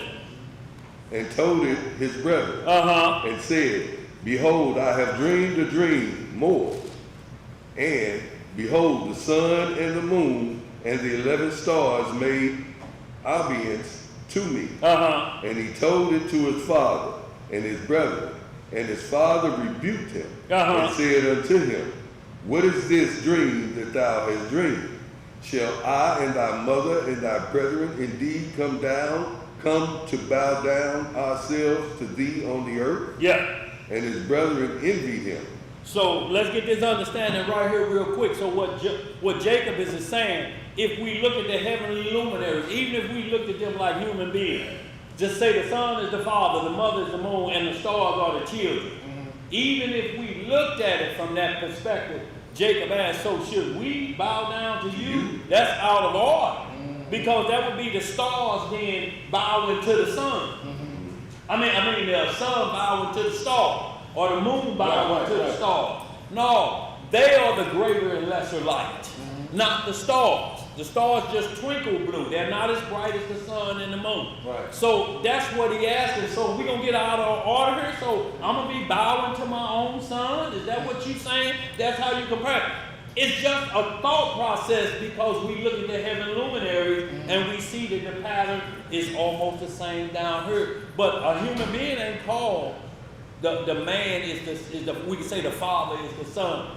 Anything we saw close to that, everything we read in Malachi said it was the Messiah. Right. So is Jacob really asking, so are you saying the Messiah is going to bow to you? Let's read some more. What else to say?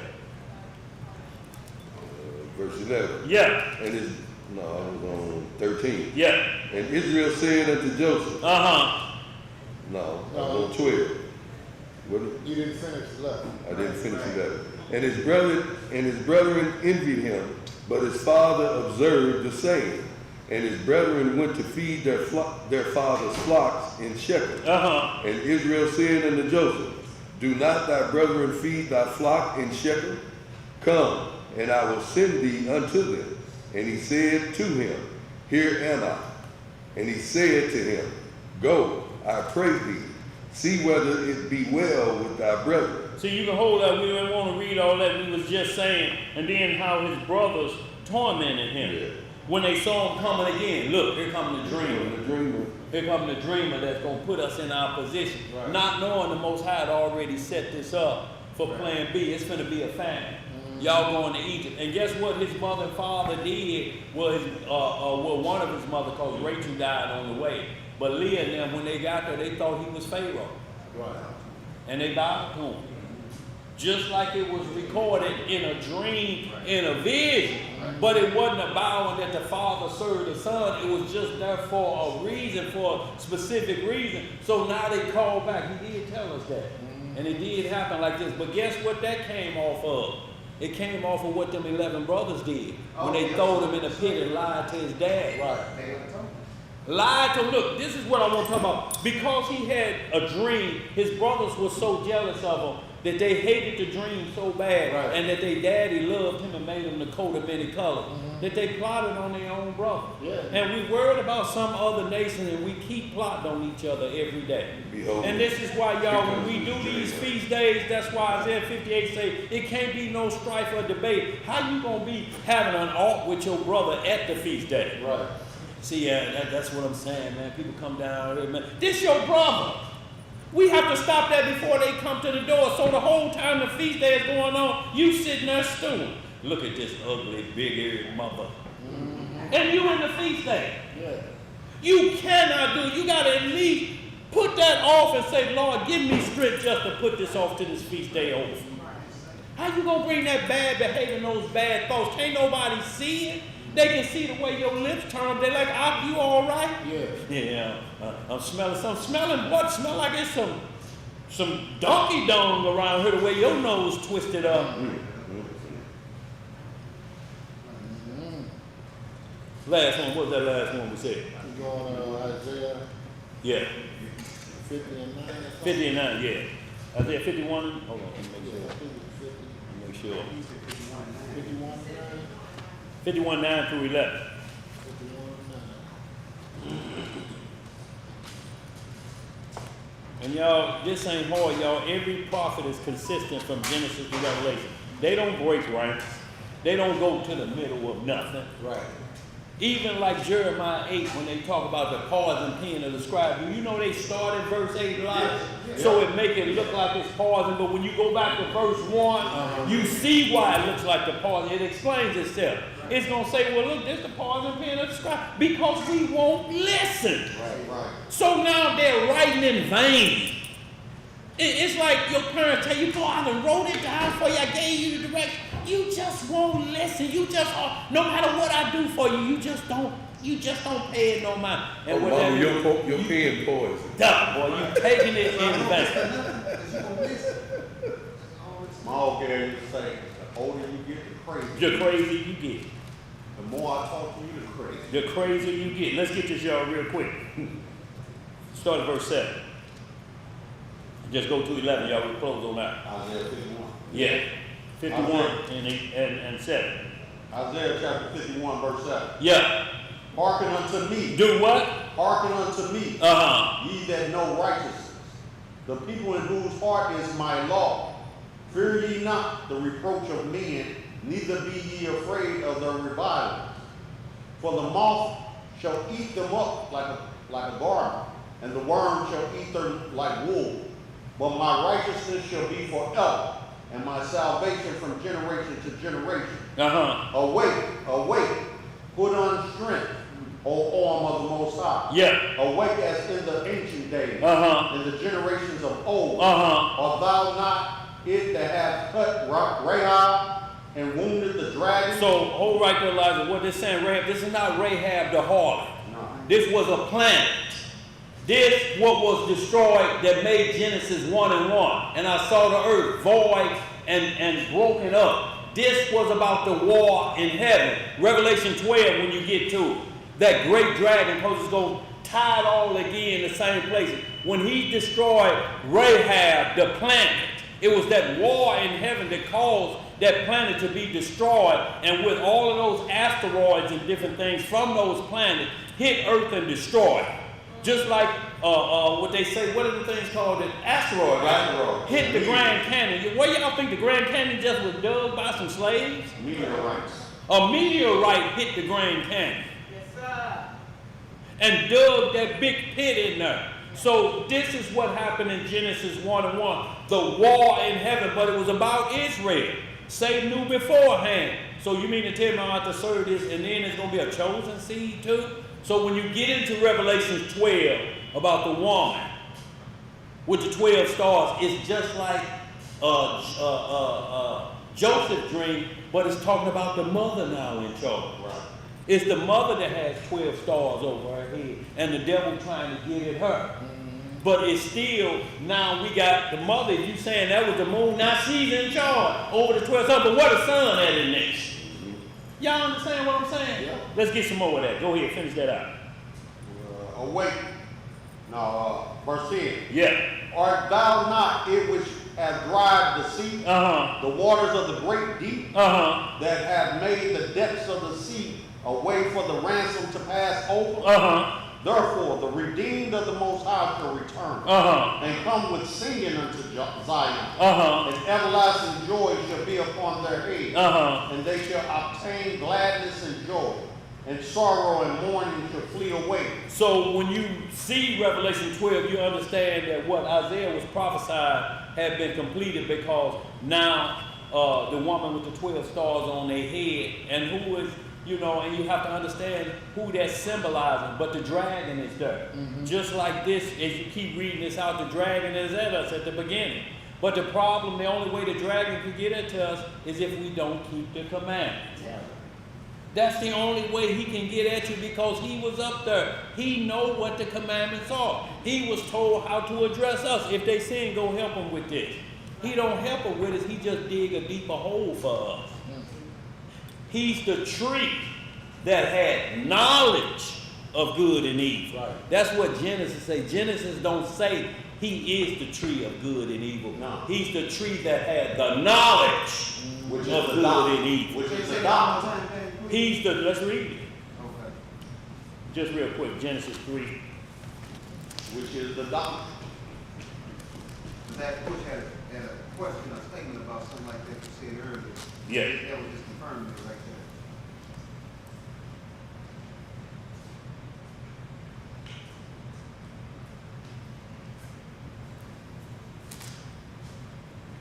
You want 3 and 3. 3 and 3, and then what the Lord asked him, have you eaten? You know, 3 and 3? Okay.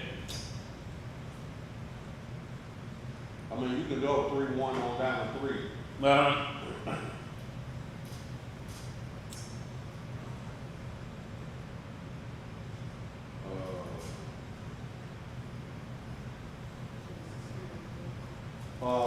Chapter 2, verse 17. That's what I want, Elijah. You know what I want. 17. Yeah. Start at 6. Start at 16. 2 and 16. That's what I want, Elijah. You know what I'm talking about. Yeah, 16 and 17. Genesis chapter 2, verse 16.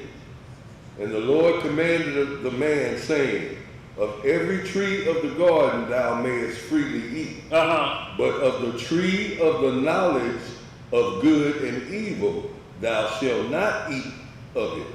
For in the day that thou eatest it, therefore thou shalt surely die. So he asked her, did you eat from that tree that had the knowledge of good and evil? It never said he was the tree of good and evil. It said he had knowledge of it. Well, see, in verse 9, it says the tree of knowledge of good and evil. But when it goes down to verse 17, it says, but of the tree of the knowledge. Right. Right. It still So says, it's still even saying in the 9, same it's saying thing, of but knowledge it's of not good and evil. He carries the knowledge of it. See, because if you don't explain that, then people will say the devil was created for evil. No, this is after the fall. Right. So this is when he was thrown out after the war in heaven. So now he has knowledge of good and evil. He was an angel. He was an archangel. So he was a righteous tree, but now he have not. And he say, if the man that have followed him and we leave him in the kingdom, then that means all righteousness gonna go out the window. That's we got it. to get him out of there. That's why I say, lest he take hold of the tree of life also. So y'all understand what we're saying? So it's a lot of things we put on the devil that the devil is laughing and saying they tail burn on me. That count. That's a strike against him. See, and I'm saying this, y'all, we close out. Jacob read Manasseh's prayer on the Day of Atonement. And Manasseh's prayer, everything he went in, I thought he was about to cut it off. I said, you got more? He like, I got 50 more verses. And Lord, to the intent of the heart that will say a foolish thing, forgive them. To the intent of the heart. Everything was about conscious bad behavior. It was everything that a man think bad. And when you start running that list, you like, oh, I thought the felony list was bad. He up in here for me thinking these bad things. It runs your thinking list. If you think like this, the prayer of Manasseh, he's saying, if they think like this, Lord, have mercy on them. Because they rotten to the core. But when he kept reading, y'all, those are thought process sin that none of us in here know what nobody thinking. Those thought process sin. He's basically telling you what the Most High gonna put on you on Judgment Day, the Messiah. I'm gonna show you the intents of your heart. The things that none of us know or can see. He's gonna tell them, oh, that thought about that, when you thought foolish. This is why Manasseh is praying for the mentor. And it seemed like it was about 100 prayers. He had to say 100 sins at least. You're like, oh, that's me right there. I'm worried about the felony list and this thought process right here. Hell, I was thinking that this morning. Felon. Y'all, we're closing out here, y'all. I hope they got some good understanding, y'all, concerning these feast days, y'all. And y'all read Psalm 90 and 10. David asked, teach us how to number our years. 2 Peter 3 through 13 say the same thing. And then Psalm 89, 26 through 37 tell us we're covered like as the sun covers the earth with the Most High's blessings and covenant. So y'all, it ain't hard. It's just we making it hard for the people. and we making them go awry because we'll pull that Jubilees up in the middle or right after the transgression, after they say, but if they don't keep this, that's when they start teaching, Elijah, after that. Right. The curse. Right. You understand what I'm saying? Because my thing is, that, and that's why I asked, brother, are you using Jubilees and Enoch as your source on that you don't even understand the source? You're using a resource as your source and don't understand the source. Ain't got a so clue. therefore, you all going off. Yeah. Go back to Genesis 1, brother, and it'll tell you he's consistent in all his ways and ordinances, Yeah. brother. You won't go astray if you follow his consistency. And look at this, Elijah. There is no Sabbath day, or that the Most High talks about. He's talking about Mount Sinai, 6 days. Work, and if you do anything after that, that's not in the beginning Sabbath day. When he set the Sabbath day, ain't nothing in there about Adam not working.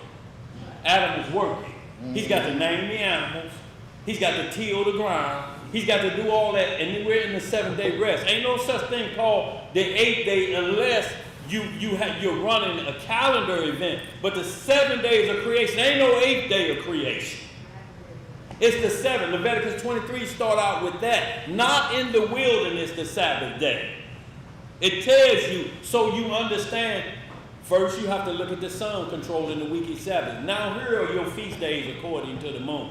But if you move the Sabbath day, you're going to mess up with the sun. Mm-hmm. If you move the moon, you're going to mess up with your feast days and you're going to be like the Gentiles. You're going to be looking for one set day. I want my Sabbaths to move. Most High say, I want my feast days to move, so you keep up with them, and I know you really studying them to find yourself and obeying. I want them to move to different days. We want them to be on the same day, Elijah, because it's easier for us. Right. You ain't got no work to do. Man, why can't he just say, man, all this 10th day? Man, why can't he just say June the 1st? Just do it. That's it. I gotta do all this to keep up. But they don't understand, y'all, like we're saying, it's a priesthood issue because no matter what feast days we do, the priest have to govern what you give so he can give it to the Lord. Now that those were a shadow, we're under Messiah. So when you have a feast day, it's not about food or drinks technically. You got to get that off your mind, like he told the Pharisees. I'm not talking about the leavening of bread, but the leavening of who? The Pharisees. You got to get bad doctrine out of you. Getting bad food out of you ain't nothing but a bowel movement. Right. But since you put it that way. Yes, sir. All right, family. We got a question in the chat. What do you got? Quick question. Yes, sir. And support to get one of those shirts that your brother Solomon got on. Right here? Yeah. I'm going to tell you, but you're going to have billionaire type money. I got this off of T-Move. This and this. If you ain't got fat paper, you can't get this. This came off of T-Move. But T-Move, you can shop like a billionaire, whoever that is. You'll see this same shirt for $7. And you'll see this same fancy, look like it's dime. How much that look like it's worth, bro? Man, Look here. Look. $229. For $8. So I'm strapped up for $15, y'all. right, no doubt. All right, family. We're going to get this closing prayer. And it is with the Most High's permission. And it's in the name of his only beloved and begotten Son, our Lord and Savior, Yes, sir. our Redeemer, Yeshua, HaMashiach. Yes, sir. But we know him as Jesus the Christ, family. Long live the King. Long live the King. Read it in the book of Psalms, in the 43rd chapter.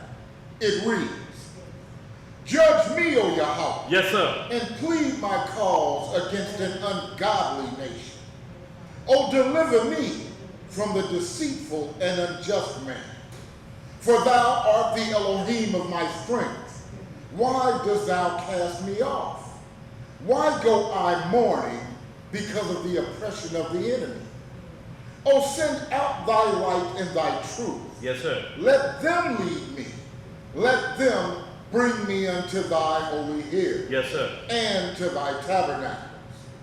Then will I go unto the altar of Yahweh, unto Yah, my exceeding joy. Yes, sir. Yea, upon the harp will I praise thee, O Yah, my Elohim. Why art thou cast down, O my soul? And why art thou disquieted within me? Hope in Yahweh, for I shall yet praise him, who is the health of my countenance and my Elohim. Hallelujah! Say what? Hey, y'all, if y'all got a shekel or two, we greatly appreciate it, y'all. Thank y'all so much. Anybody here in the STL, y'all, the final day to get in on Tabernacle, your monies is needed tomorrow. If you need have special circumstances that we have to extend that, please let us know, y'all, because space has to be counted for. So if you ain't got it or you're thinking about attending Tabernacles out here, please do so. You said something about this? Okay, sis, all right. We get a memo out, y'all, this evening. Y'all, but we have to be ahead of the game, y'all, because we got to go buy supplies. We can't wait for the day we're supposed to be out there and then 30 people show up tomorrow, put me on the list.